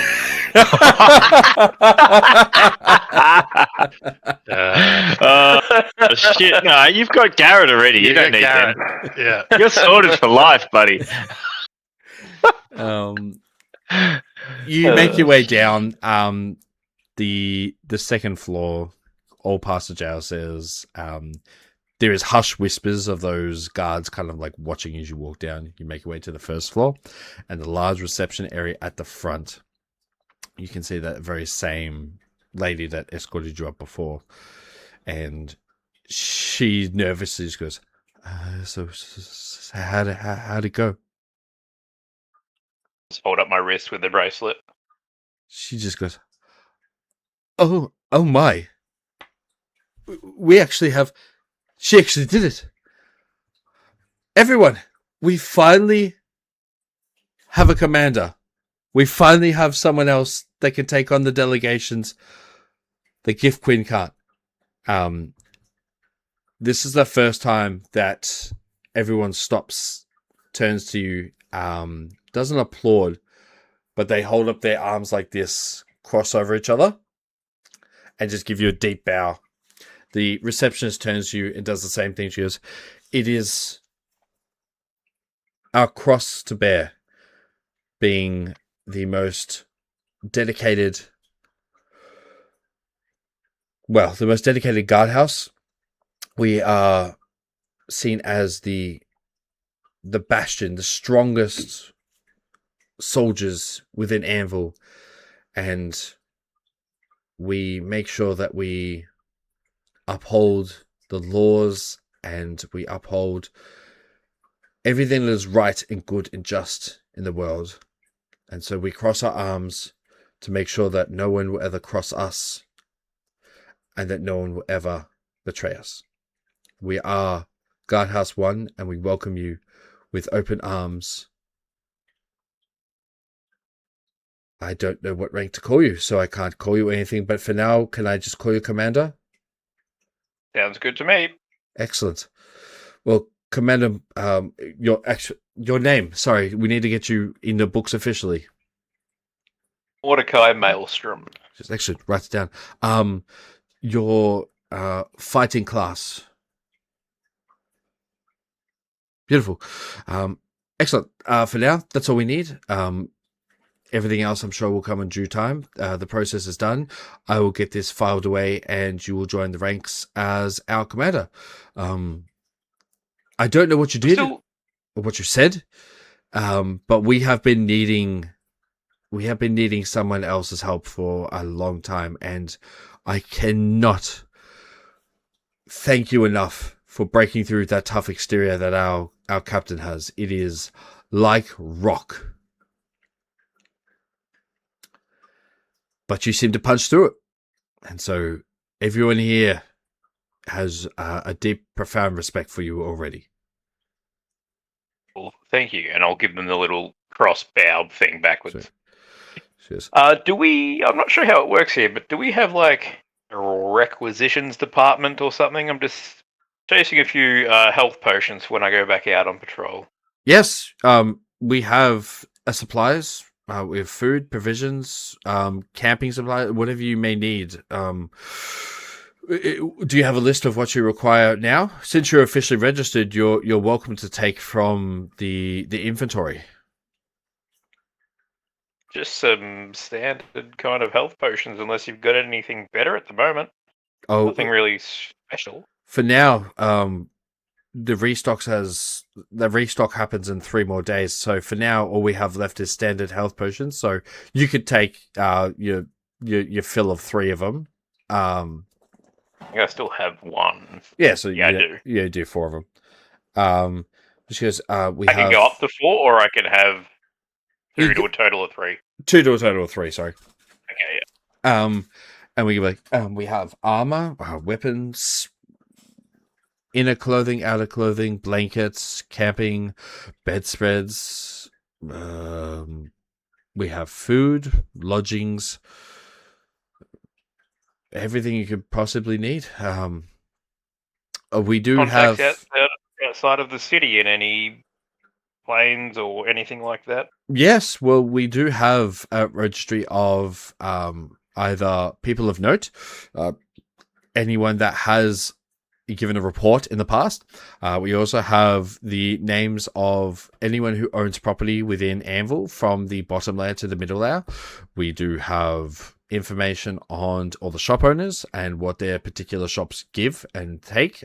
We make sure that everyone is doing things by the book and that no one is trying to undermine Anvil in any way or take advantage of the splendor that is this town. So if there is a name of someone you need, we can pull up the records and see if we can find them. Yes. If they've been in Anvil, there's a good chance that we know them. Do we have any specialists here, like healers or anything like that the others don't? No, not within here.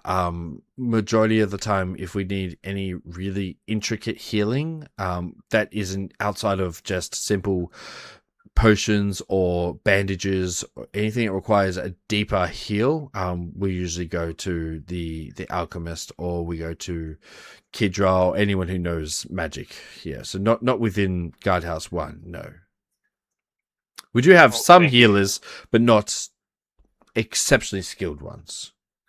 Okay. Well, thank you for the information, and I will see you in a couple of days. Of course. I assume you're going to be training with all of the all of the guards and the recruits and everything in the morning. Not probably tomorrow or the day after. We'll see you then. We all here at the crack of dawn, and we all train regardless of the fact of our station. I may not fight, but I still train with them. I look forward to training. You will not be saying that, but I bid you a farewell, a good night, and you may continue. How long would it take me to sprint back to the Hell Rig? Was it like an hour last time? Yeah, well, last time it took you like just on an hour because you have like excessively large amounts of movement. All that I want to do before, I guess, catching up timeline-wise to everyone else is try and get back into the Hell Rig and have another go at trying to open up this stupid lockbox. Yeah, that's fine. You can do that, 100%. I will see out my time with that. Yeah. You make your way back to the Hell Rig. Fleur, Helvig, and Auxurian, you are back inside of the Hell Rig. Zor is with you. Do you let him inside of the Hell Rig with you? I think it's best that you come inside. I'm not sure. Your mum might. Yeah, you come in. Done. Am I picking up on how worried Auxurian is? I mean, you can roll inside him, or he could just be straight up honest. Yeah, I know. Yeah, I rolled a 5. Well, as soon as we get inside, I'll just be like, just wait here, or just wait at the table there for a second, and I'll just drag Helvig off, out of his. So pushy today. What's going on? So handsy. Well, his mother, Deandra, doesn't know that it's you, but knows that Illimar is in one of us, and specifically doesn't want Illimar anywhere near the library. And I'm pretty sure that extends to her son. And how did she find out that? I may have discussed it with her.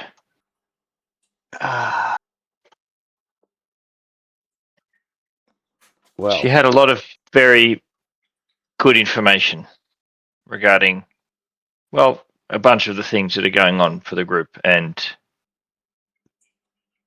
well, I just wanted to ask anything that she may or may not know.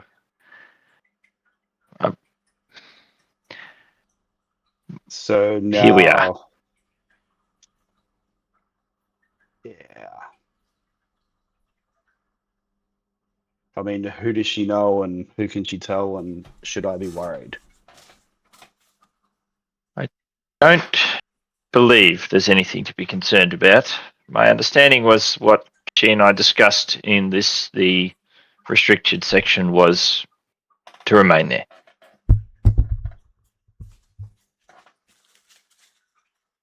I want to take your word for that. Well, But I truly hope Concern. that is the case, and I'm concerned about you. and it probably as we're talking, I'm like rummaging around for another bottle as well. Hmm. So, obviously not dealing with my problems. It's very shitty. Professional drowning of them. It's going to drown Illimer. Yeah. I didn't mention specifically who had Illimar, just that an acquaintance. Well, I mean, it's going to be one of the 5 of us, isn't it? Yes. Yeah. So, 20% chance. Well, I she mean, probably knows it's not me. probably assumes it's not you. So that's 1 in 4 now. Yes. Yes, that is true. I'm sorry that I've All right. Well, discussed this with her, but I wasn't expecting. It was just going to remain between her and I. But given that you've now leading her son astray, I'm not sure we should keep him around us too much, just in case something happens, and then someone that knows one of us has Ilmar might be more loose-lipped.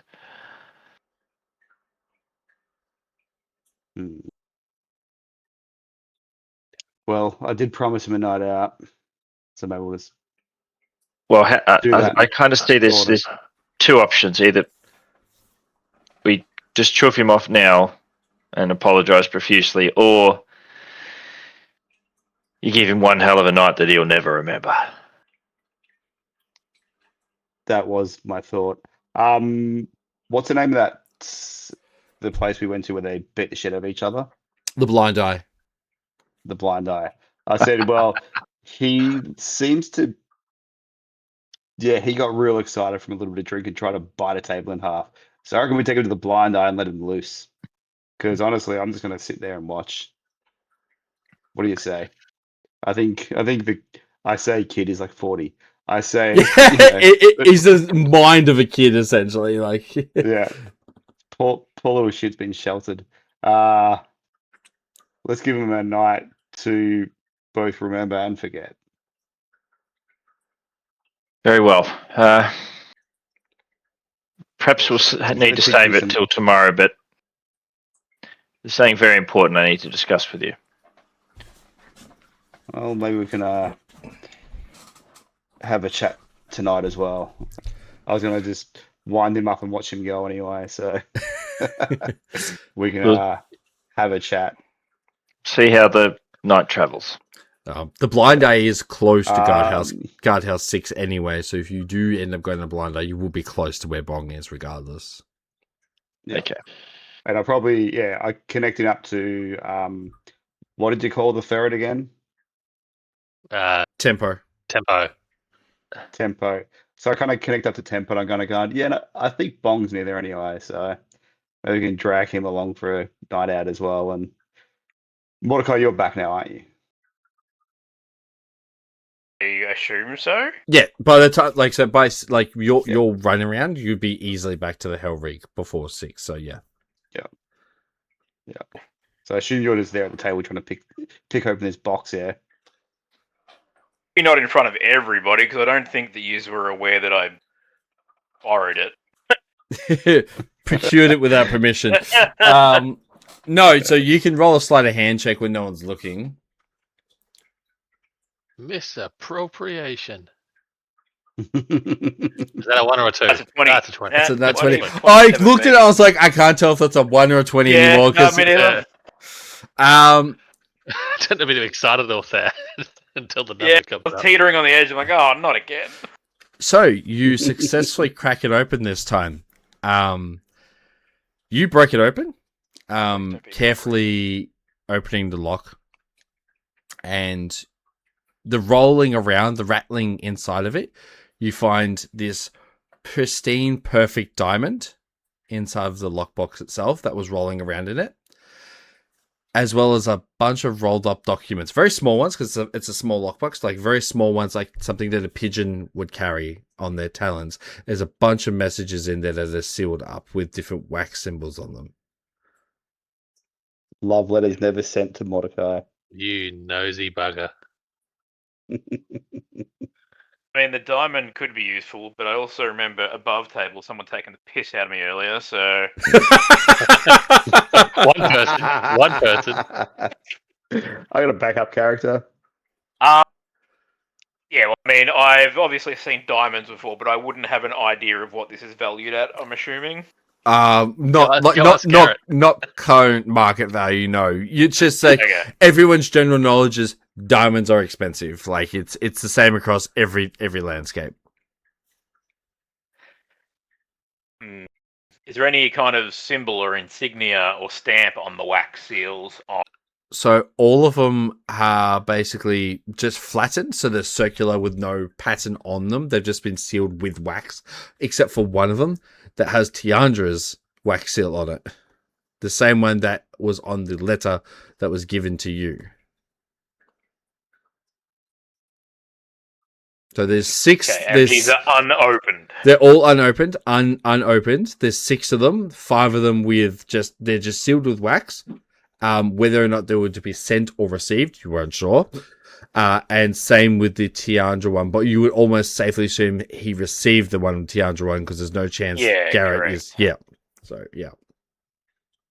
Cool. Well, yes, I might wander out to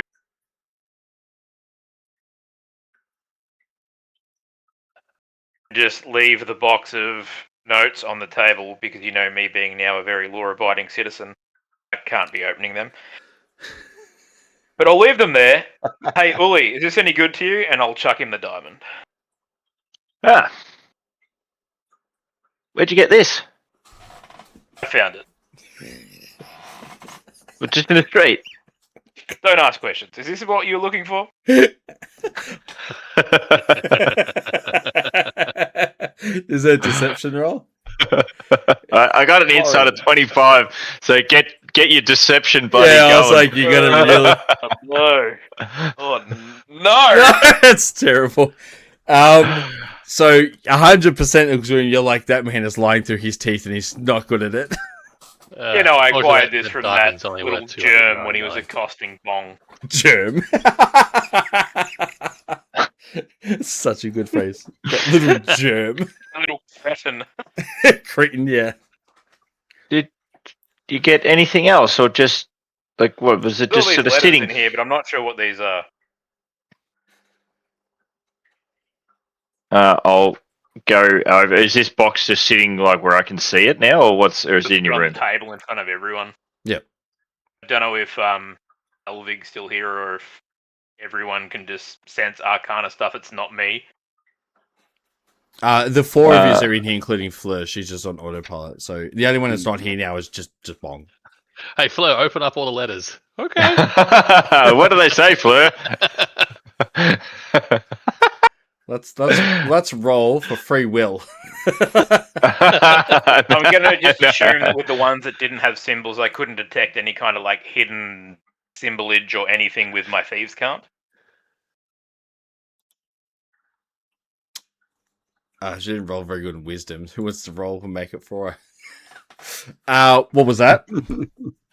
It's just assuming on the ones that were like without the insignia, there was no like kind of hidden symbol or anything that I would pick up with thieves' count. 2 of them do. Okay. 2 of I mean, them. that I 2 of them. obviously 2 of them are. So basically, you put the box down.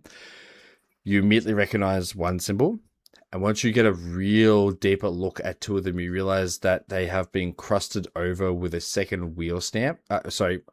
Wax stamp that you like you pick at it and it crumbles to pieces around it, and then underneath that is the proper wax symbol with thieves can't on 2 of them. The other 3 are fully blank still. What do you say or symbolize that picked up?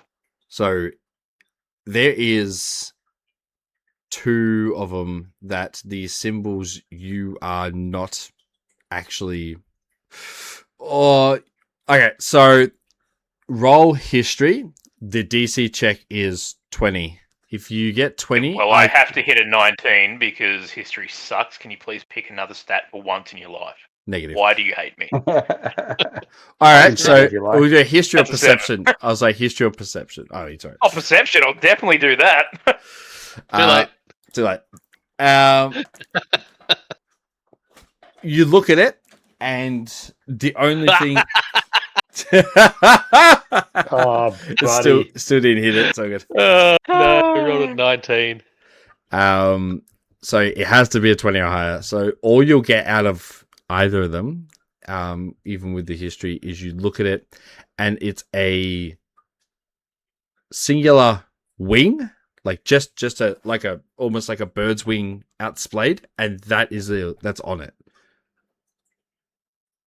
How many of them is there? Like, how many letters is there in the box? 6 in total. Okay, so it's not 1 per guardhouse. No. Have I picked up on the magical, like, essence? There is none. Really hoping that there isn't any. There is none. There's literally 0 magic exuding from this box whatsoever. Cool. I don't give a shit then. Oh, dear. Magical scrolls, I see. Yoink! Not just pieces I'm of just paper. like, well, I'm just kind of like gauge, would I come over and then assist in the history check or not? That is entirely up to you, or I'll allow it. That's fine. Yeah, so I don't think, I'll just kind of be. But the thing is, I'm though, not so curious, but I'm also babysitting now as well. the 2 that he's rolling history on is only able to be rolled on because he knows thieves can't.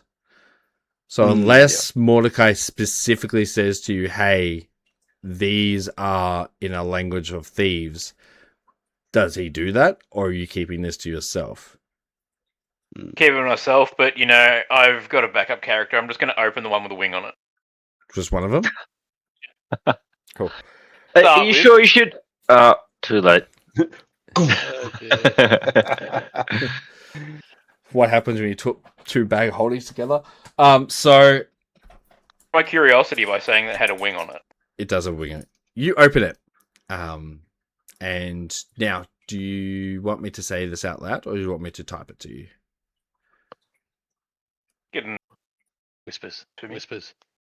Yeah, do you want whispers, or are you happy for me to say it out loud? Once again, your character is the only one with the knowledge of it. You're reading. Yeah, you can just say it out loud. Yeah. You scroll it out. It's definitely a letter that has been delivered by a carrier pigeon, because it is small enough, all of them, that it fits in the talons of a small bird, and there are many of them delivering letters around. You open it. Singular sentence in it. It says, "Dear Garrett, the information you provided may prove true or false. We'll soon find out in 2 days. Yours, Jay." This motherfucker. You're just jealous he's trying to smuggle things in other back passages other than yours. I didn't hear that because Bong's not here right now. Whispers on the wind. Yeah. After reading that, and a sucker for gambling, I'll open the other Thieves Can't one. Beautiful. You open the second one. Same as before. Delivered by a carrier pigeon. Singular sentence once again. It says, "Investigation has been done. Information will be relayed soon. Do not attend the ball. For your safety, Jay."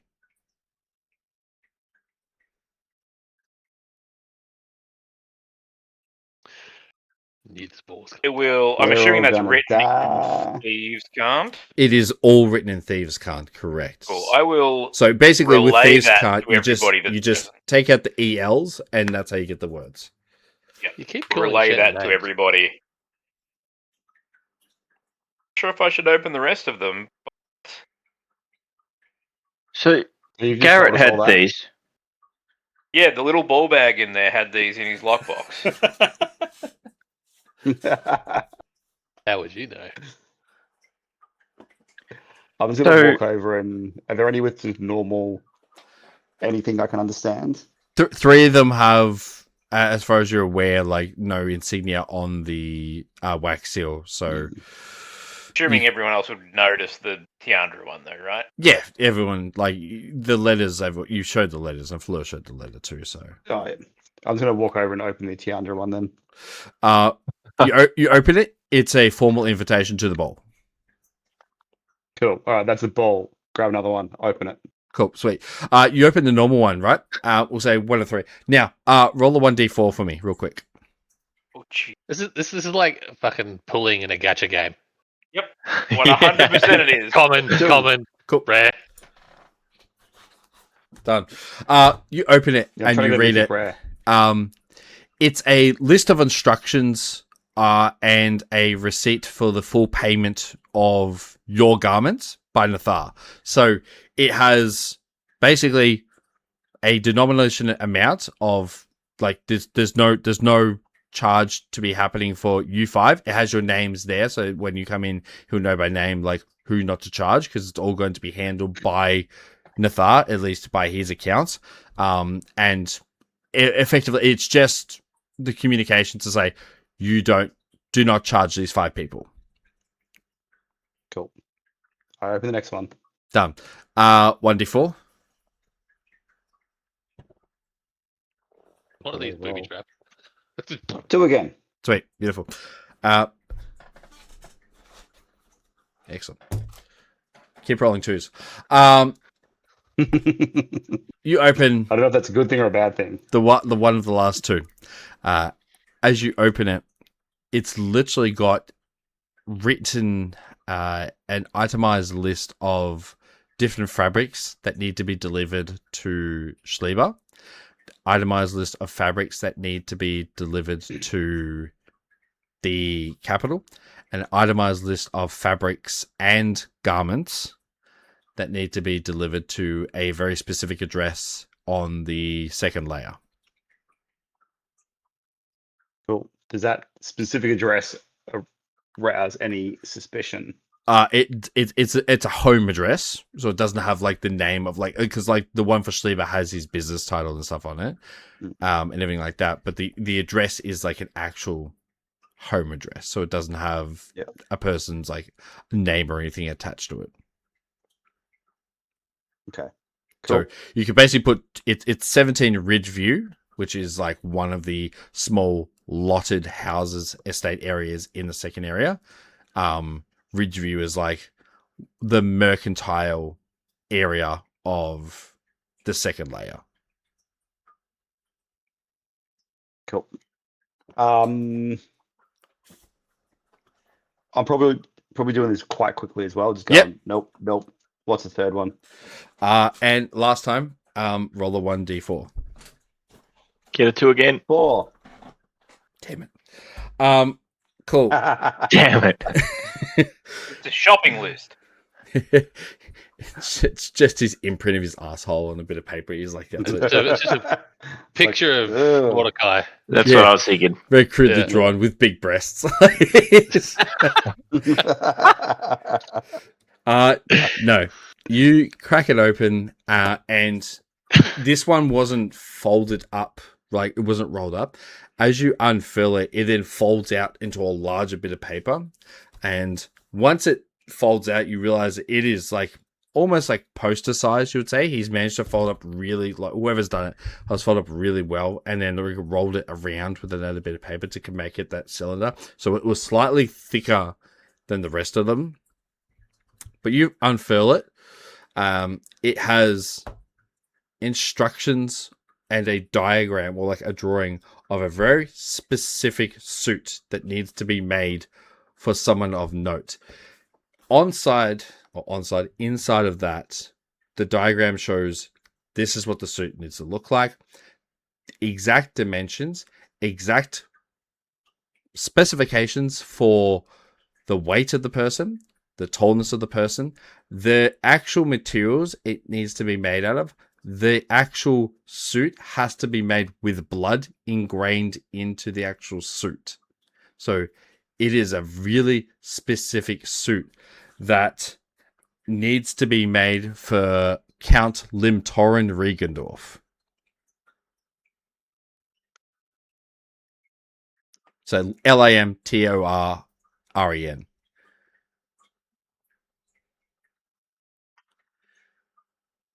Cool. And am I pretty much like, okay, suit, blood, they're called a count. This is a vampire. Sharing the exact same last name as Amelia as well. Oh, yeah. Yeah. Cool. Do I know who this count is? Have I heard of his name before? You can roll history in case you have on the passing winds. It's pretty bad for me. That's a 15. It's like pretty bad for me. Oh, I got a +8. It's not a 28 or anything. Well, you know. Amelia never told you a lot of the names of her family. So you would just, as far as you're aware, you know it's one of her family members, and that's as far as you know. Being Limtorin, you know it's a male. That's as much as you've got. Cool. And is the instructions for the suit giving me like secret agent suit vibe? It's similar to yours, but it is more velvety, so it's got more of a sheen to it. The blood infusion part is the one part that you're like stands out to you because it is very hard, like without congealing blood into like fabric, very hard to infuse it into it and give it a sheen because blood doesn't naturally do that when it congeals. It goes dark and it goes crusty. So Garrett it's a very good tailor. So of course they've sent it for him to do. So it has the dimensions, it has the tallness, it has everything ready to go. It includes the suit, the shirt, the tie, the pants, the hat, and a cane to go with it. Also, the back of the shirt or the back of the suit has to have frills at the back that go down, so like a tuxedo. He also has to have a overcoat that hangs down over the top of him. All of this all together is 7,000 luro, and it's already been paid for. I really hope this suit's already been made. Otherwise, your boyfriend's fucked, Mordecai. He's going to have a vampire rip off his head. been That makes you happy, yeah. right. The man will not be missed. But those are the 6 letters. As long as he makes our garments first. Those are the 6 letters you see. What we'll do now? Cool. We might go check on him in the morning. Well, you have to pick up your outfits anyway. We'll take back walk the in there, 2 thieves' cart ones and just keep them on me. Yep, no worries.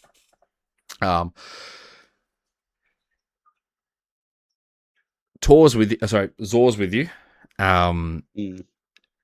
You can head Been to. left outside for like 30 minutes. Yeah, I was like, he's inside, so good. What we'll do now is because it's officially 6 o'clock. We'll go to Bong. So as you're inside the guardhouse, a lot of the day shift guards go home.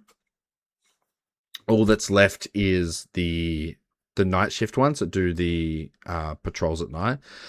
Prathrax takes off his guard uniform, takes off the massive plate armor and everything like that, houses it on a mannequin stand in his office, closes everything up, grabs his great sword and goes, "Well, Bong, let's go round the back of the guardhouse. We have a sparring area around there. I think it's time we start doing this." What's he wearing? Just a base tunic, like a cloth tunic. I didn't know if I had to take my top off as well. All right. We're going to go manu, duke him up. End of Metal Gear Solid 4. We're going to Top Gun this shit. All right. But he grabs his greatsword and brings it with him. He goes, Bong, bring yours with you. You've got to get used to the weight of it. Yeah, all right. Do I like, take my hat off or my shirt off or? Bong, whatever makes you comfortable. Yeah, all right. Take my pants off. I'm gonna free ball during this training. You're gonna have two attacks to dodge.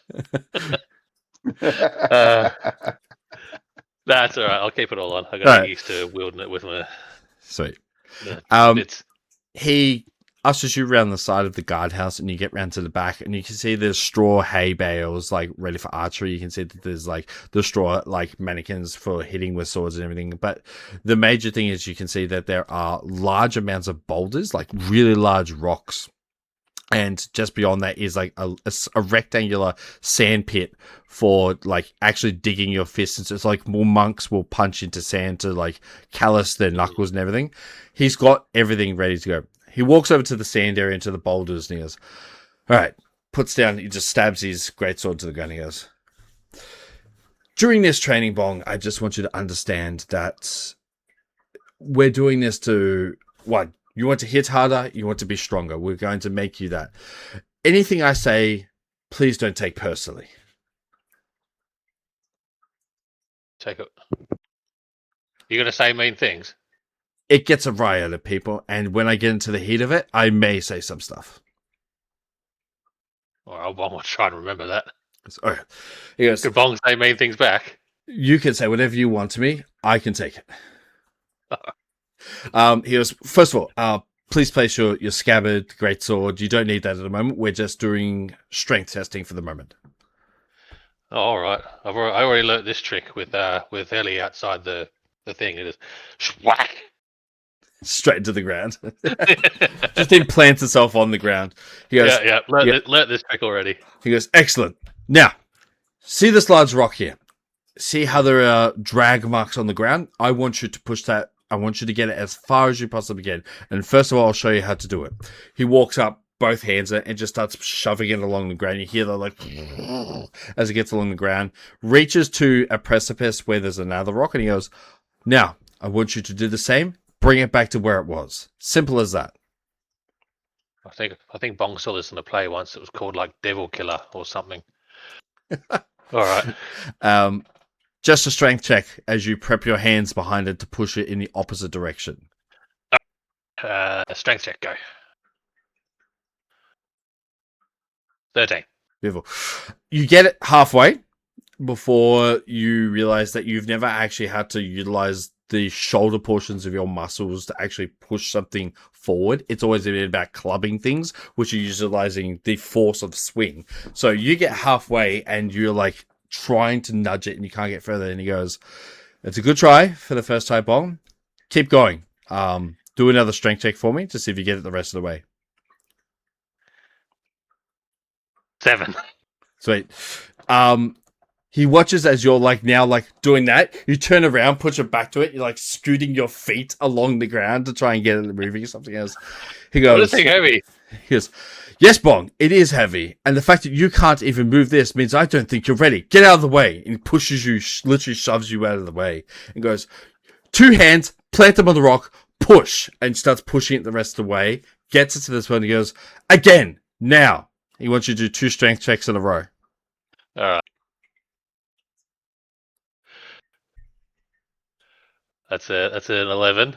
Yep. And then 16. And then a 16. Yeah. So you start pushing it. Your muscles are burning because you've never had to utilize them. You've never trained. That's not who you are. You've utilized your physical prowess and your physical strength, and you've never had to use them in this way before. The 11, you basically get up against it, and he's like, do you require help, Bong? Because if you can't do this by yourself, we just stop here now. Do you want to keep going? Well, yeah, but... Yeah? No, push harder. So your 16 is All enough. right. Your 16 is enough that you actually start pushing that boulder and you get it all the way to the end in one swoop. And he goes, there. Now, tell me, how do your muscles feel? Are they sore? Roll a medicine check for me. Come on, 0. 7. I was like, no one. They're burning from your shoulders to like your triceps and your like every part of it, and your chest and your pectorals are like, once again, it's the first time you've had to truly train. So like you're like everything hurts immediately. So Bob, how does it feel? Well, how does pushing rocks help swing swords? Because Rock, that's right. We're going to call you Rock. You've got rocks for brains. If you can't move a simple boulder with your own force, how are you going to swing a sword with the same weight as that around your shoulders? If you can't physically push this, you can't lift the sword. Well, rocks are strong, so rock brains are good, right? Sure, mate. We'll go with that. Is the sword strong? Do you want to lift the sword? Yes. Good. Let's do it again. 2 more times. So 4 strength checks for me. Here we go. One of these is going to be good eventually. 14. It's not bad. Good swords. There we go. 21. Something a fucking half decent. Of worth. Yeah. 23. There we go. Now we're climbing that ladder. And 16. Sweet. The 14, you kind of get your feet dug in and you push, and you're finally understanding which portions of the muscles to use. The 21 gets you basically all the way with no struggle. The 23 gets you all the way back with no struggle. And he goes, excellent. Now you understand how to ground your feet. When you're swinging a sword, especially a greatsword, you need to plant your feet firm in the ground. You need to be like a rock. You can't move. If you hit someone with their sword, they take the grunt of the weight. You do not. That's what we need to get into your thick skull. Got it? Yeah. Excellent. Moving on. Pick up the sword now. Now, all right. As you pick up the sword, you need to roll a strength check with disadvantage. Because I am... Yeah. 3 to 2, so 7. Sweet.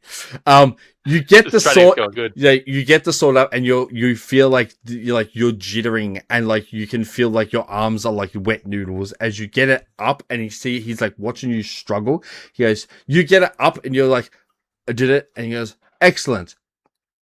I'm not even going to ask if you can swing that because I can see you're already struggling to simply pick that up. Pushing rocks, bong, is adamant for people who use big, heavy weapons. You need the strength and the muscles. If you can't push it, holding at it, you have to think about a greatsword as if there is a rock on the end of your handle. You're constantly holding that at arm's length. You need to build your muscles up consistently and constantly every day. That is why we push the rocks, and that is why your head is full of rocks. You need to be like a rock when swinging this. If someone guards or parries this, you will feel that impact. You will feel every part of that as it goes around. So, I need you to take a swing with it and see if you can even do that. So now it's a strength check with disadvantage again. Oh, man. Bong's rhythm's all off. All right.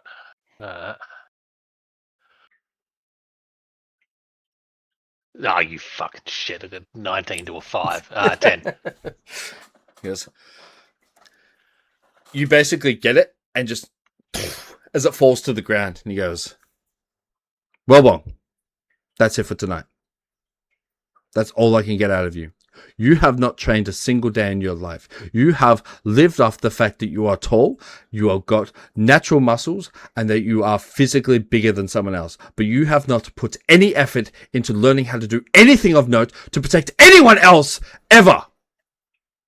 So tomorrow, we have the ball. The day after that, you will be here at 6 p.m. and you will learn how to use this properly, or you will not be able to protect anyone and you will be useless. I do not want to see someone I like be a failure. Do you hear me? Yeah. Good. Good night. Go get rest. I will see you tomorrow. All right, bye. He literally picks up his greatsword, puts it back on his shoulder.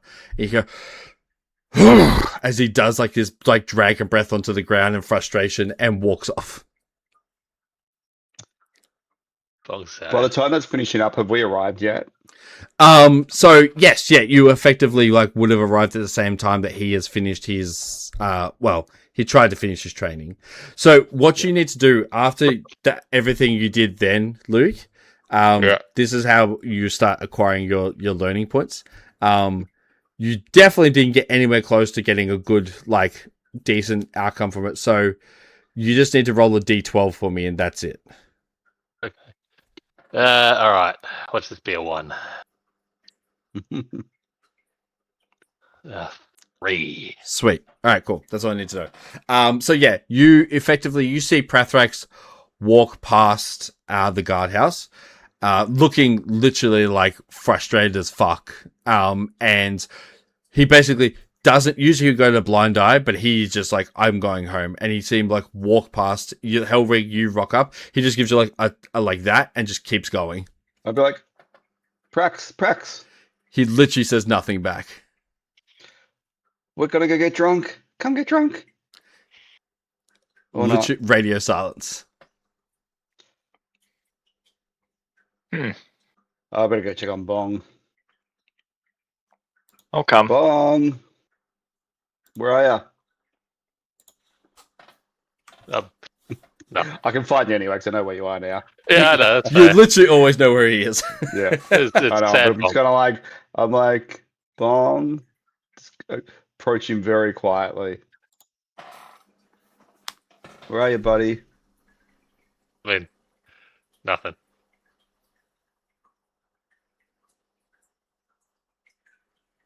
Yeah, I'm kind of worried about him. All right. I'm going to go up to like where he is. Going to be like, you okay, buddy? He said Was bomb Praxi... rock. Said rocks in his head. Bong can't even move a stupid rock. Wing the sword. Praxi was mad. Said Bong's never tried hard.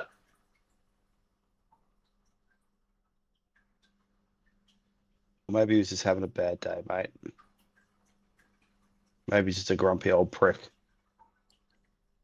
It's good. You know what'll help you? Getting drunk. Want to go get drunk?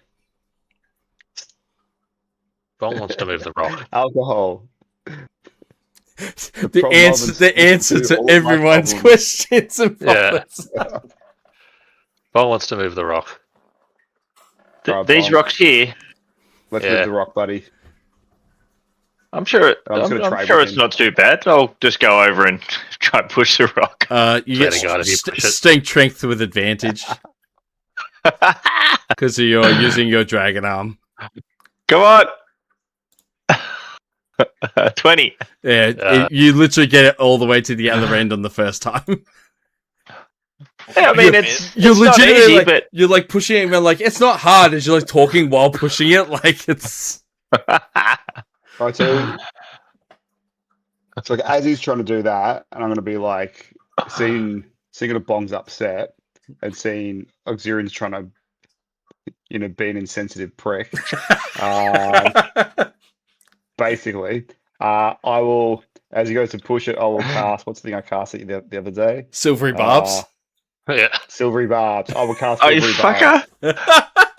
fucker. Go again. So I just have to roll again. All right. Yeah. But yeah. Oh, so close to 1. Not even close. It's still enough to do it, but like you don't get words out this time. So you're like pushing it, and you're like, "Yep, no worries," and you're like, you can't speak to Bong at the same time this time though. It's Or actually, pretty you said hard. you had to do the thing with your feet. Why didn't you have to do the thing with your feet? What thing, Bong? Orexy was saying you got to put your feet in the ground real hard, so that when you push, the thing that you're pushing gets pushed, and you don't get pushed. I don't know. I just put my hand on it and pushed it, and it moved.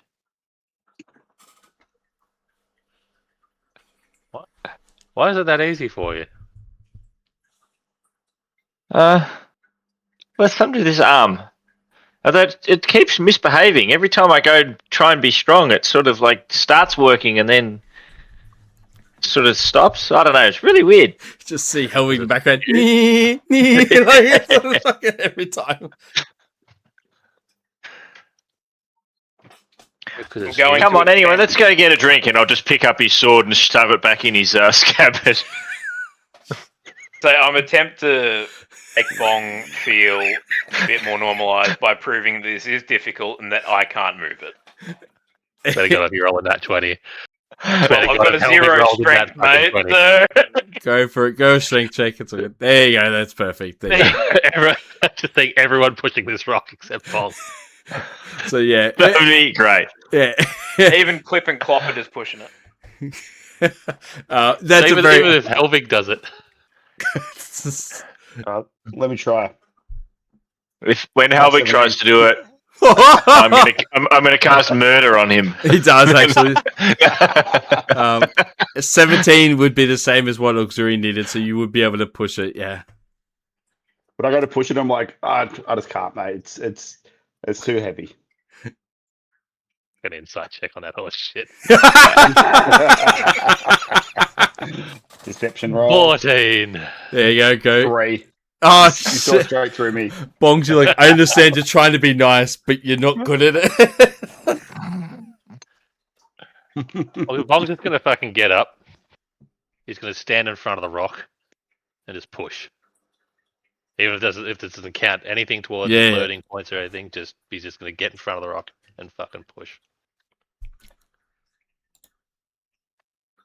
Fucking Bong needs to be strong, else he won't be good at protecting people. That's what Raxi said. Well, we already know you're very good at protecting us. Rocks Maybe it's down just the something specific about how to swing the sword. We said like you're gonna have a rock on the end of the sword. It feels weird. It feels off. A rock on the end of the sword. Well, that's what Raxi said. Pretend like there's a rock on the end of the sword. Oh. Well, maybe you just need to build up those shoulders a bit. I mean, they're already huge, but Would it do no training good? makes perfect. Why don't you see if you can give it a good push now? Maybe it was just like sitting wrong before. We'll turn around. Alright, turn around. Can I make another strength check? Mm-hmm. Is it disadvantage? You're still exhausted, yeah. Yeah. All right. Cool.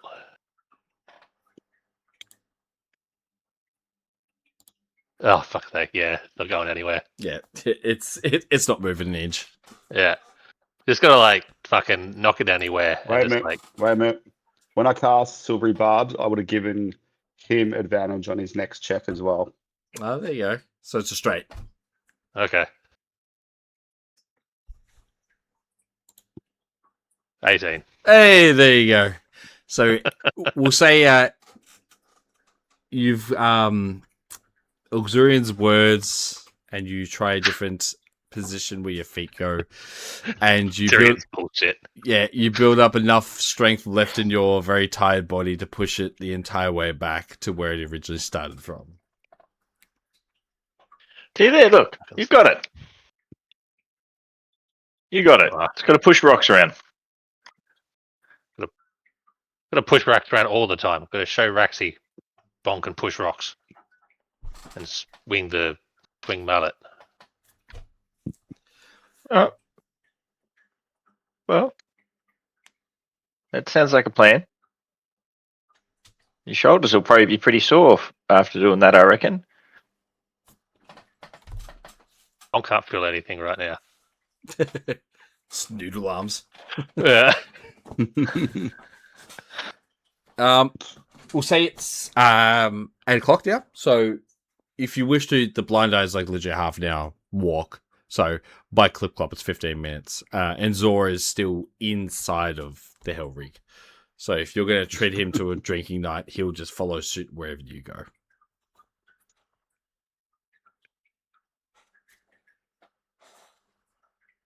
You want to come to the blind eye with us? Have a couple of drinks, Bong. Yeah. Yeah, alright. Maybe it'll get Bong back in rhythm. I'm sure it'll help.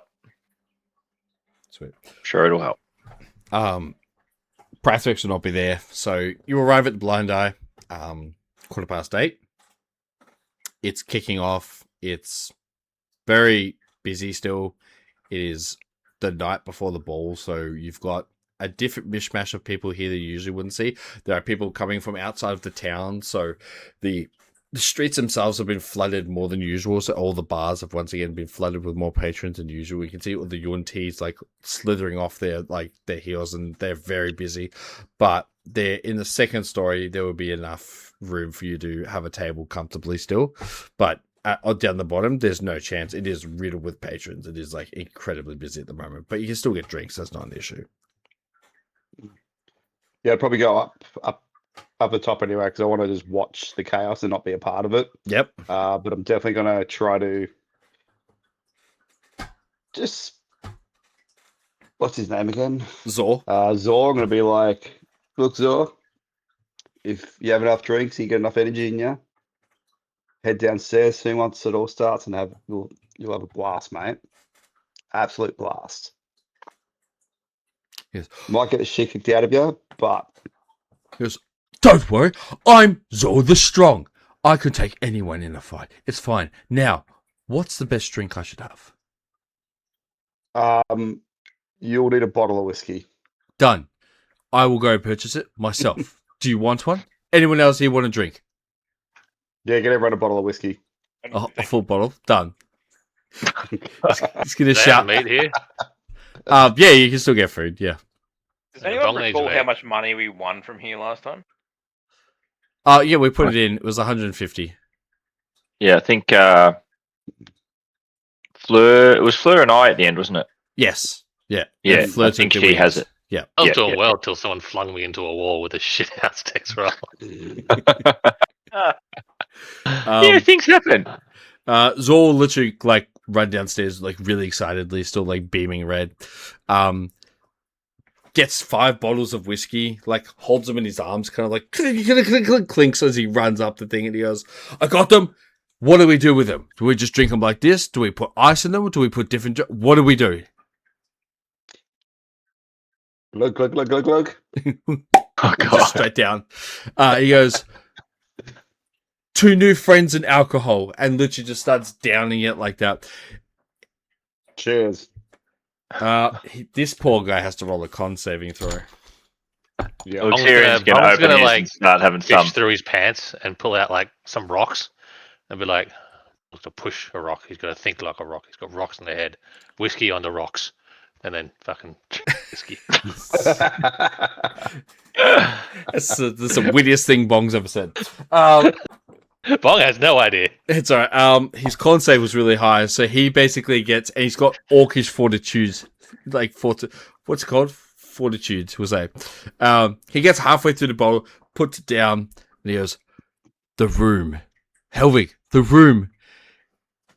Look, it spins. How cool is that?" You ain't seen nothing yet, buddy. If you drink the rest of it, it'll turn upside down. It's a good time. He goes, "Really? Zor the Strong is on it." Downs the rest of the bottle. Oh, that's bad. I was waiting for the projectile vomit. He rolled a 7 total. Yep. Um, We just Downs- see him just go downs back the of a bottle. There's chairs where you're sitting, and he's sitting with you as he's downing the thing. He gets like this and leans back in the chair as he's going, and he's just like spinning, upside down, and just straight back onto the floor, like full chair downwards, legs up in the air. And he goes, "Should I drink more? I feel spinny." It goes away if you finish the rest. That's just a question between you and your maker, mate. "I finished my bottle. I'll go get another one." And he turns to the stairs. He like rolls off the chair, sits up, and he just kind of like stands up, and he goes, "The drinks, right?" And walks with his arm over to the railing, grabs the railing, and literally down the stairs and just tumbles down all the stairs until he hits to the bottom. He rolled 2. He's not very smart for a library man. Gets to the bottom, and all you hear is just people roaring with laughter as Zora's like straight down onto his ass, and you hear down the bottom, "I'm Zora Strong, and alcohol is my name." And literally just goes, "I need whiskey, Frisky, the brown one." Literally, someone just goes, "Hey, mate, don't worry, we gotcha." As two patrons literally start pouring alcohol into him as he's like laying down and thing goes, "Get him, boys, get him here, leave him here, walk in, trust us." As they're literally pouring this alcohol into Zora's mouth, and he's like, "Oh, I taste, sleepy, and I feel gross." He goes, "Boys, it's coming.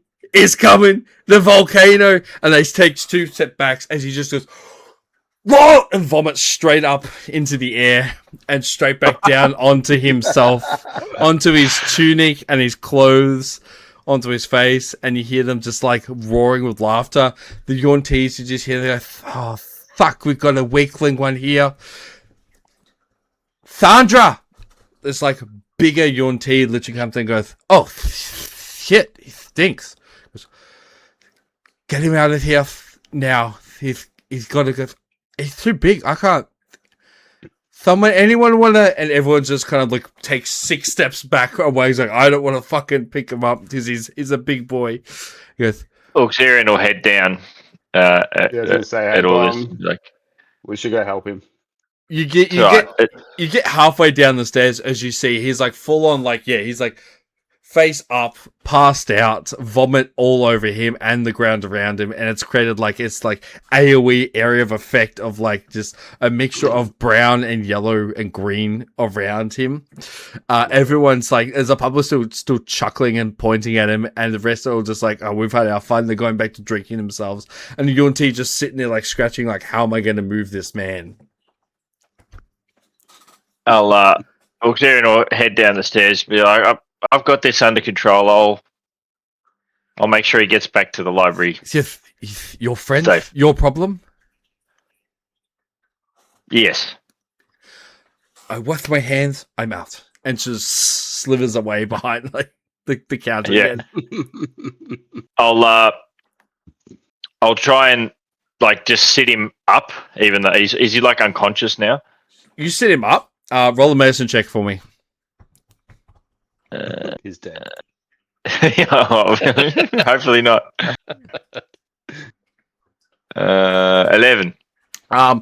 You've seen enough like drunk people that you sit him up, and you kind of like his eyes are closed, and you open his eyelids, and his eyes like jitter around, stuff like that, and he's just like, I'm fine.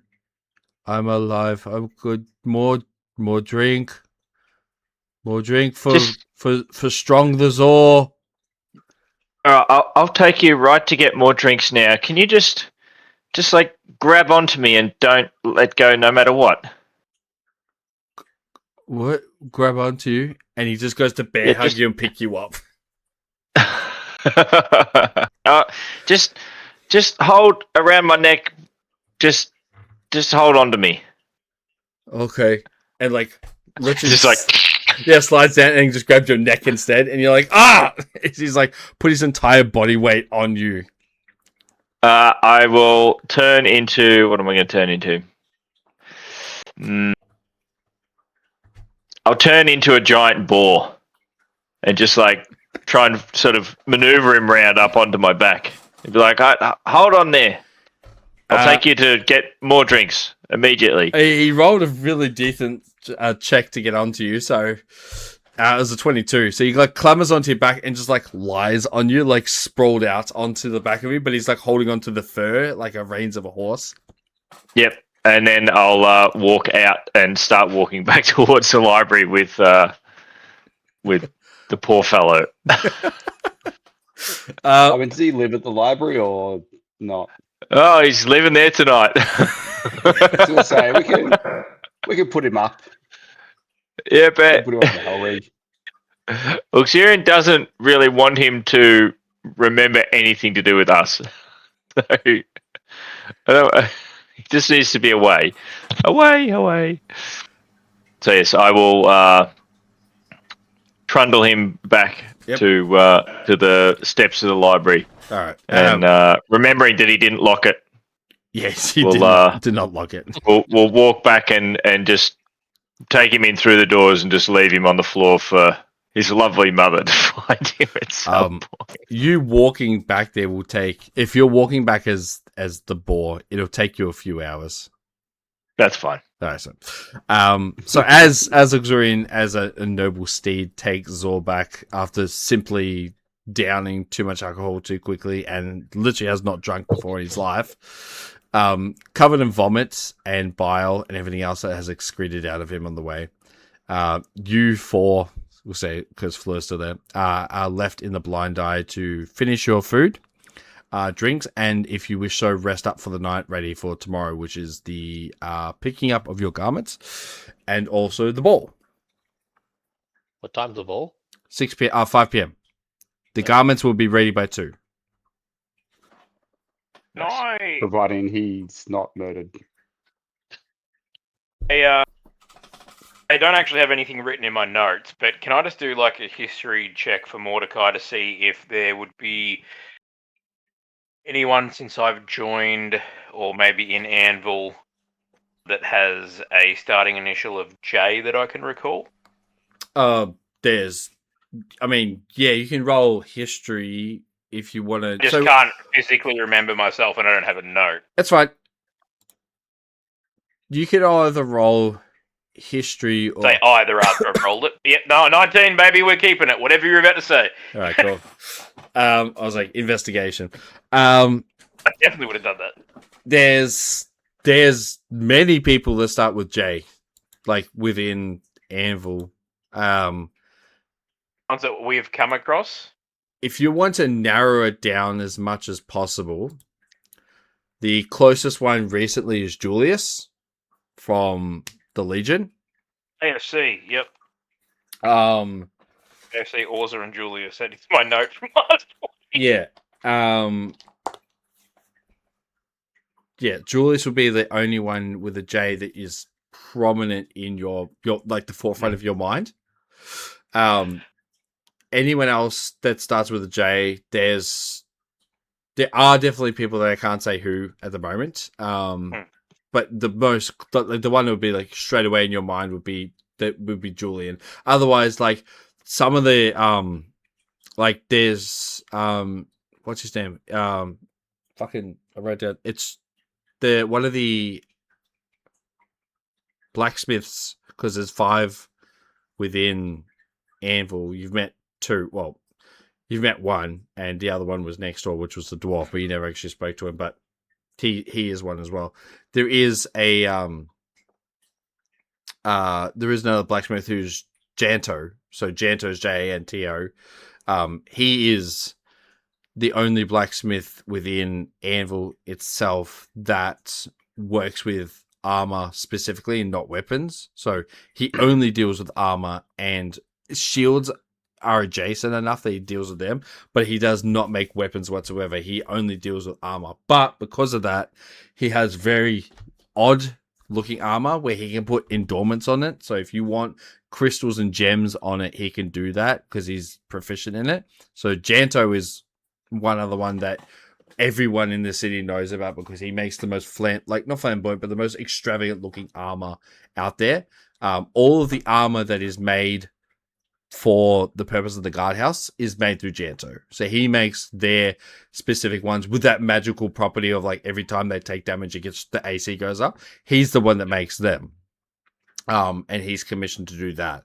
So that's another one that you would say is prominent. There's a few others, but I would say those are your 2 best bets for notoriety that you would know of.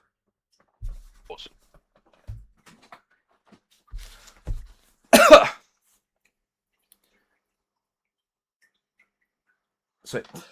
So as the night draws to an end and you do not wish to take part in the brawl downstairs, you can all, if you wish to, either stay within the Hellrig, it's yours, of course, and you get a good night's sleep there. Auxurian, if you were to go to the library and then come back, you would be effectively getting back at like midnight. No. That's fine. No, about 2 a.m. That's all right. So you meander to the library. You get there. Zor, in the cold air of the night, sobers up a tiny bit. Not a lot, but just at the tiniest bit. Enough that when he gets to the library, he's able to kind of like one step at a very slow pace at a time get up to the door of the library. And you see him be like,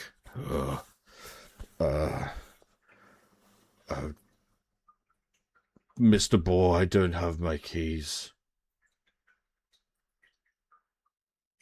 Oink. Yeah, it's like, Just I'll just go up. Is it got what sort of a door handle or whatever is it? So they're ringlets. Okay. It's going to be pretty hard to do them as a boar. I'll just run off.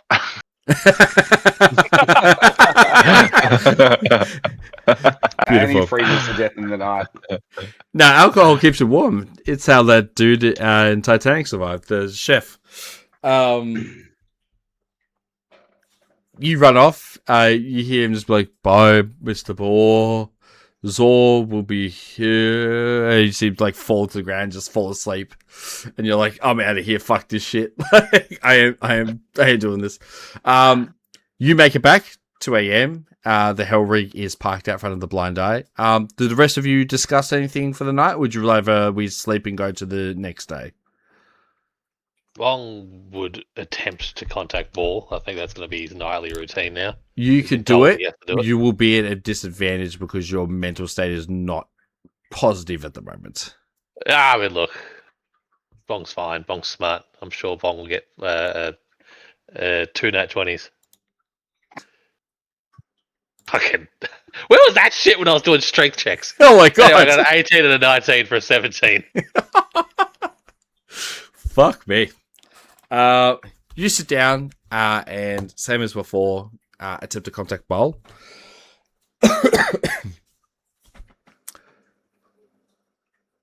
Your heightened emotions at this time are something that you don't exactly have a lot of the time. You're a very positive person. You're a very upbeat individual. And for you to be upset like this is rare.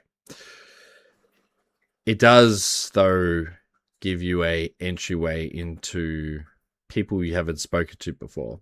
And so as you're sitting there contemplating what you just went through, what you got scolded for, what you were unable to do, and prove to Raxi that you are strong enough to do it, you make your way through to someone you haven't actually spoken to before. As you usually, when trying to contact your ancestors, you're very positive and you're like, I want to do this. This is family. This time you actually contact a female, a grandmother that you have never heard of before because this is part of your thing, who, instead of standing there in garments or anything like that, she's sitting down on a chair in what's to be a small homestead. You're standing out front of that homestead looking into the door, and you feel it's familiar to you. You're like, you've never seen this house before, this small homestead before, but you feel like it is warm and comforting, and that you have been here before. You just can't picture where you've been here before. As you walk inside of it, you see this lady, and a very old orc, you would say, like on the cusp of her deathbed, but like clinging to life by sheer willpower at this point, and spite, you would say, as she sees you walk in. She goes, it's good to see you again. It's been some time, hasn't it, young one? Do you wish to have a drink? Do you want some tea? Do you want to sit down and talk?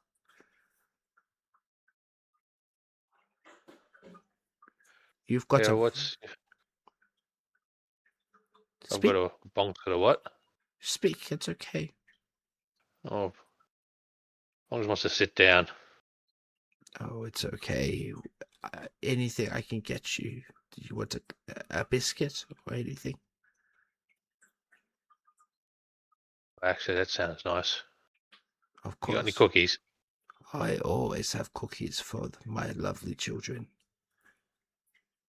Or those who wander into my house. She says, here. And she doesn't actually move the cookies. You blink and they're on the table. Oh wow, this is fancy. She says, yes. We got a dog that can do that. That sounds very interesting, young man. Now, why have you come to my small house on this fine evening? Well, Bong was trying to talk to his lots of great ancestor Ball, but just like a lot of things, Bong seems to be getting things wrong today. Oh, it's okay, young one. Well, my name is Nuve, so Nuve. And she goes, I don't seem to recognize you or know who you are, but I have been in this home for many an age, and whenever those who seek counsel or want advice, they come speak to me. So, is there any questions I can help with you, young man? Oh well. Are you any good at pushing rocks? Not anymore. I'm afraid I'm a bit too old for that. But when I was younger, yes, I was quite the warrior.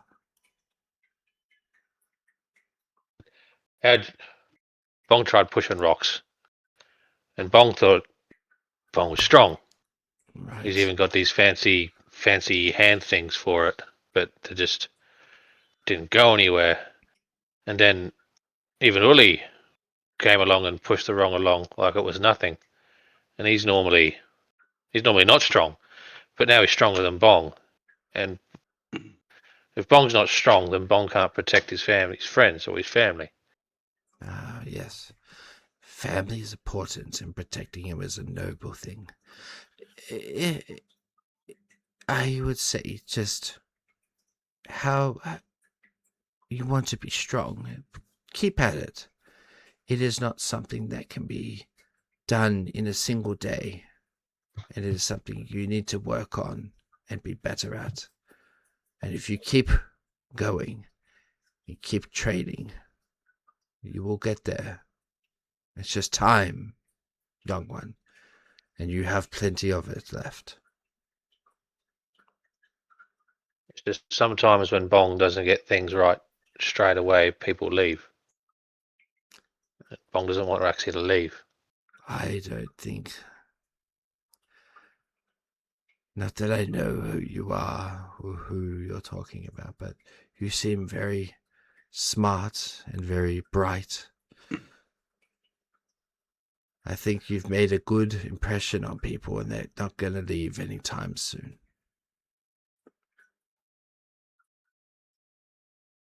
You say so. You sound like you're smart. Did Oh, you have any kids called like Rack or Hanog or Luxor or Ball or? I do have a son called Hanog, yes. Oh, okay. Well, then, yeah. Bong's been talking to him a bit. Oh. Well, not recently. He might be lonely. But he I talked to him. He got his fishing rod, and he helped. I haven't seen him in quite some time. He's usually out fishing and he spends many weeks on the sea. Yeah. Well, Bong's got his fishing rod. You want it? You got to pull it out, realizing you don't have any of your inventory. You're just like standing there with nothing. Oh, I'm like naked, just like The underwear dream. Yeah. Well. Guess it's back home. Bong could say hi to Hanog. That would be lovely if you seen him and tell him that Nuve misses him greatly. All right. I believe that as a good person, strive for what you want and just keep practicing, and you'll get there.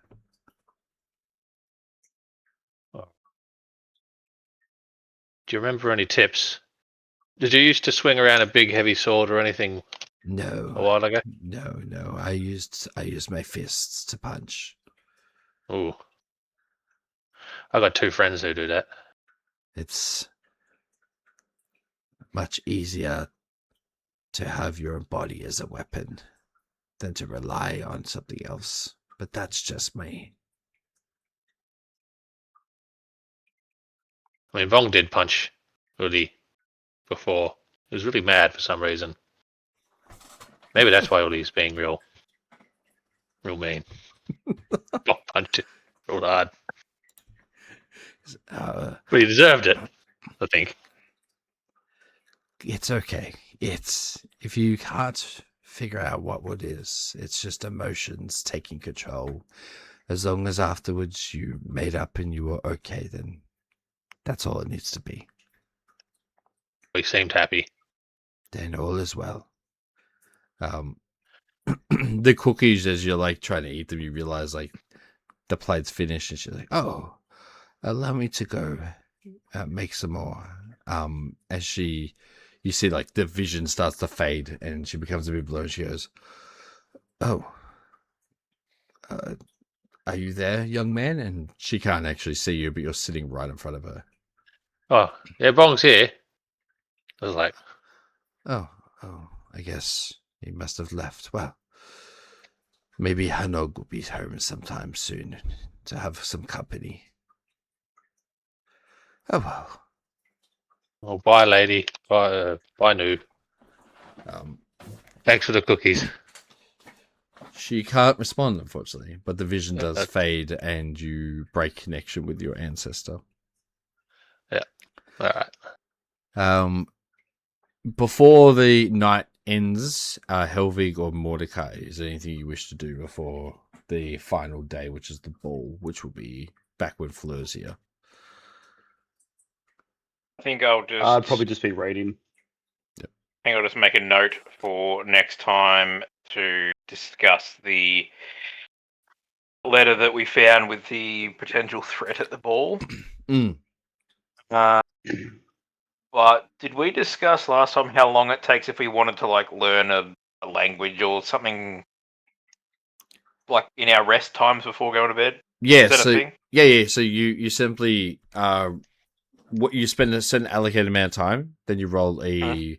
Well, I've changed it now, so it could be easier and faster for you. So to learn a language, you need a singular learning point. I think that's what I made the currency for it. Let me check. Oh, yep. A language is 2 learning points. So the way they work is, and same with how Bong is doing his, you effectively, what you're doing is, if you find a disciple or you're reading a book, you roll a check for what you're doing. So if you're reading a book, you'll be rolling a wisdom check for learning a language, or history, I should say. If you roll a high enough one, then you get to roll a D100. If you roll a medium one, then it's a D20. If it's a roll a really low one, it's a D12. All that is that what you roll on those is a percentage close to 100%. You hit 100%, you get a learning point. So you need 2 learning points. So if you roll like really close today. Yeah. So if you roll if you roll really well on your history check when you're learning to retain it, then you'll get to roll a D100. You could almost like learn it in one night if you roll really well on both. Yeah, I'm not going to, but sure, I'll just try that as it's something to do. Yeah. So same with Helvig. So if you're reading to learn Orcish. Where are we? Mordecai. 5. So yeah, you'll be a D12. Could you convert part of what Helvig's already got towards his learning point? Yeah, it's already part of it. Ah, cool. Yeah. So we'll add... Also, no. High five to useless people learning. You're as smart as Bong. So I'll add the 2 things. So 4%. So yeah, same thing. If you're learning Orcish, just roll a. It's either a wisdom check or a history. Which one you want to be more proficient in? That would be history. Sweet. and just depending on that 12. 12. So that's also a D12. And I'm adding this towards what I've already learned. Yep, I will add it towards what you already learned. Cool. So I've learnt 66 orc. Sweet, done. Can't hide them bong well and truly. And for Monica, sweet. Beautiful. Thus ends the night. You rest up for that, finish your food, go to sleep, and wake up fresh, revived in the morning. We'll say 8 o'clock is wake up time, so that Auxilian, you're back and you'll get the full rest as well, and you're ready to go. So that leaves us at 8 a.m. in the morning, in the Hell Rig, and Zor is back at the actual library. He is no longer your problem. He is his mother's problem, and Godspeed to that poor boy. Also, man, I should say. You're making me say it now too. 8 a.m. rolls up. 2 p.m. is when you can pick up your duds ready for the ball, and then 5 p.m. is when the ball is. Like I said, the minute you head to a checkpoint, they know who you are. You're on a list, and you'll be ready to go. So 8 a.m. rolls up. You wake up. And the day is anew. Anything you would like to do before you go out and do some stuff before 2 p.m., or you can do whatever you want. You won't be able to train with anyone because they're all doing their duties, but you can do anything else you would like to pass the time till 2, and then we'll finish it where you get your actual new duds. How are Bong's muscles feeling?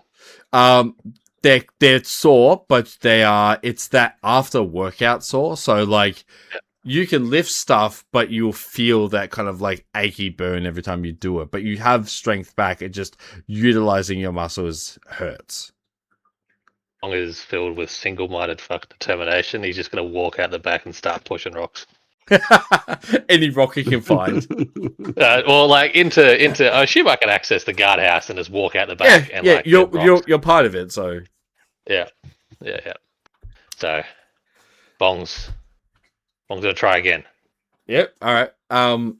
What we'll do then, because Prathox will not assist you whatsoever. No. If you spend that time you want from 8 till, we'll say, close to 2, because you still have to travel to the tailors. And by Hellrig, it'll take 2 hours to get there, because usually it's a 4-hour walk. It's a strength-based one. So you're doing 6. So you do 12 strength rolls. And then we'll take the median out of all that. Alright. So Bongs are like sword on the fucking ground. Yep. He's gonna take the vest off, put it on the thing, take the hat off, put it on the thing. He's gonna like stand in front of the rock, like plant his feet and try to move forward in rhythm with his heartbeat. So like done. Visualize and internalize his heart pounding and the footsteps like crunching down in rhythm with his heartbeat. And let's see if RP gets me any good. Nope. That's an 8. It's the first one. Yep. That's a 15. Yep. It's a 10. Oh, buddy. That's an 18. Alright. I don't think I've rolled above a 15 on this shit. That's a 13. And that's an 18. Oh my Christ. I didn't roll above a 15 on like fucking 20 dice rolls. It's alright. Keep going. Anyway. That was 6. 6? Jesus. No, that was 6 rolls. That was my 6 rolls. Oh, no, it's 6 hours. You do 12. Because you go one way and then back the other way. Oh, shit. Alright. Can I get 120 on this, please? No. 19. That's better. Yep, keep going. There's something better. Fucking 24. Yep. Nat 1.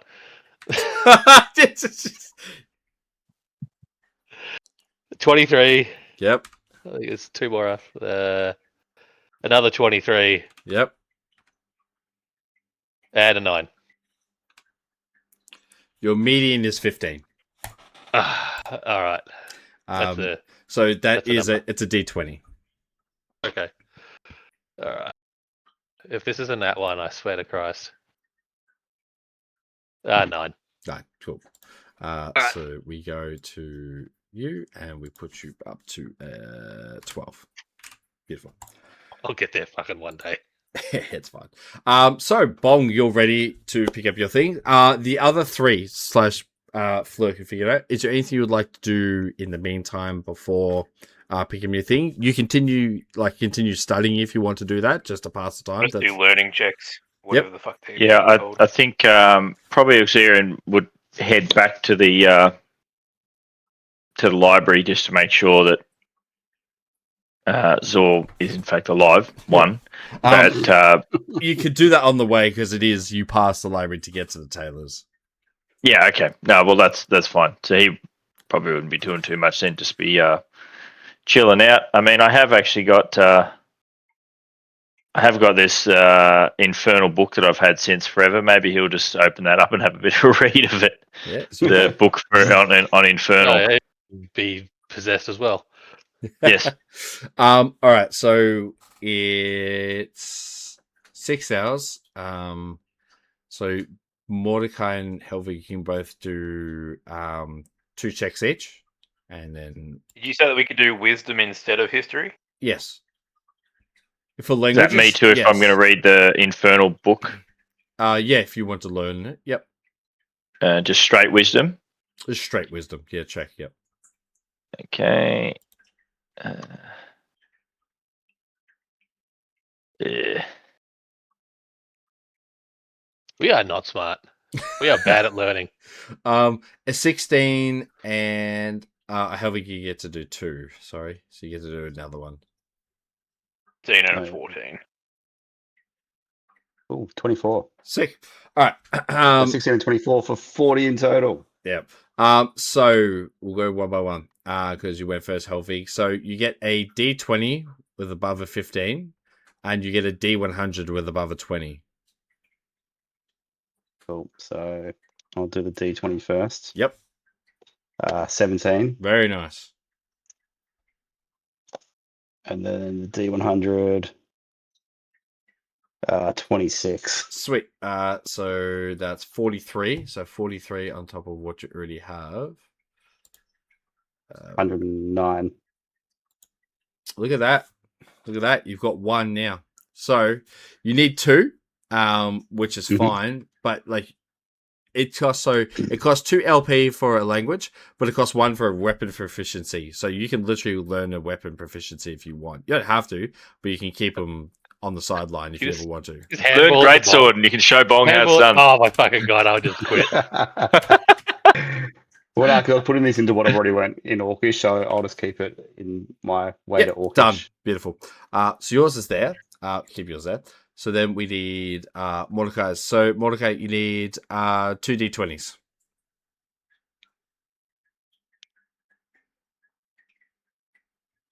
$18 and an 11. Beautiful. So 29. We go here. 29. So 33. That's awesome already. Done. And then we go to Auxilian. 16 is a D20 and a 9 is a D12.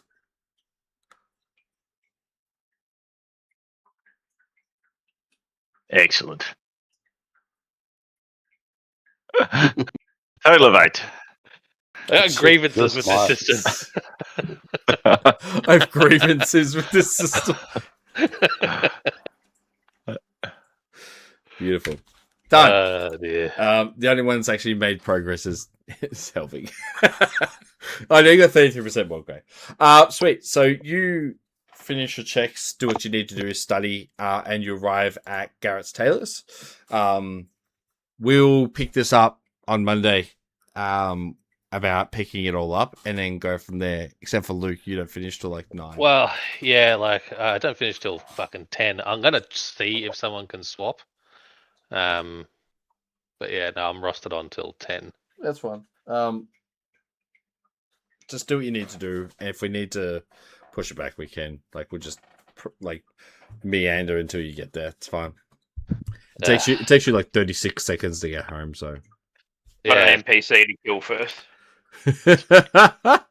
That is now potentially justified. I'm gonna fucking do a Chris Redfield and punch the fucking shit out of that boulder. Our numbers were right down tonight. We got 1 nat 20 and 1 nat 1. Oh, I've rolled so fucking low. I'm gonna It's play easy. with This the is how you DM. roll one. I'm gonna play Oh with the my DM next time. Can I please It's a nat use 1. athletics? Let me close this. There we go. You could have just raged, of course. Well, I know that, but it doesn't. It's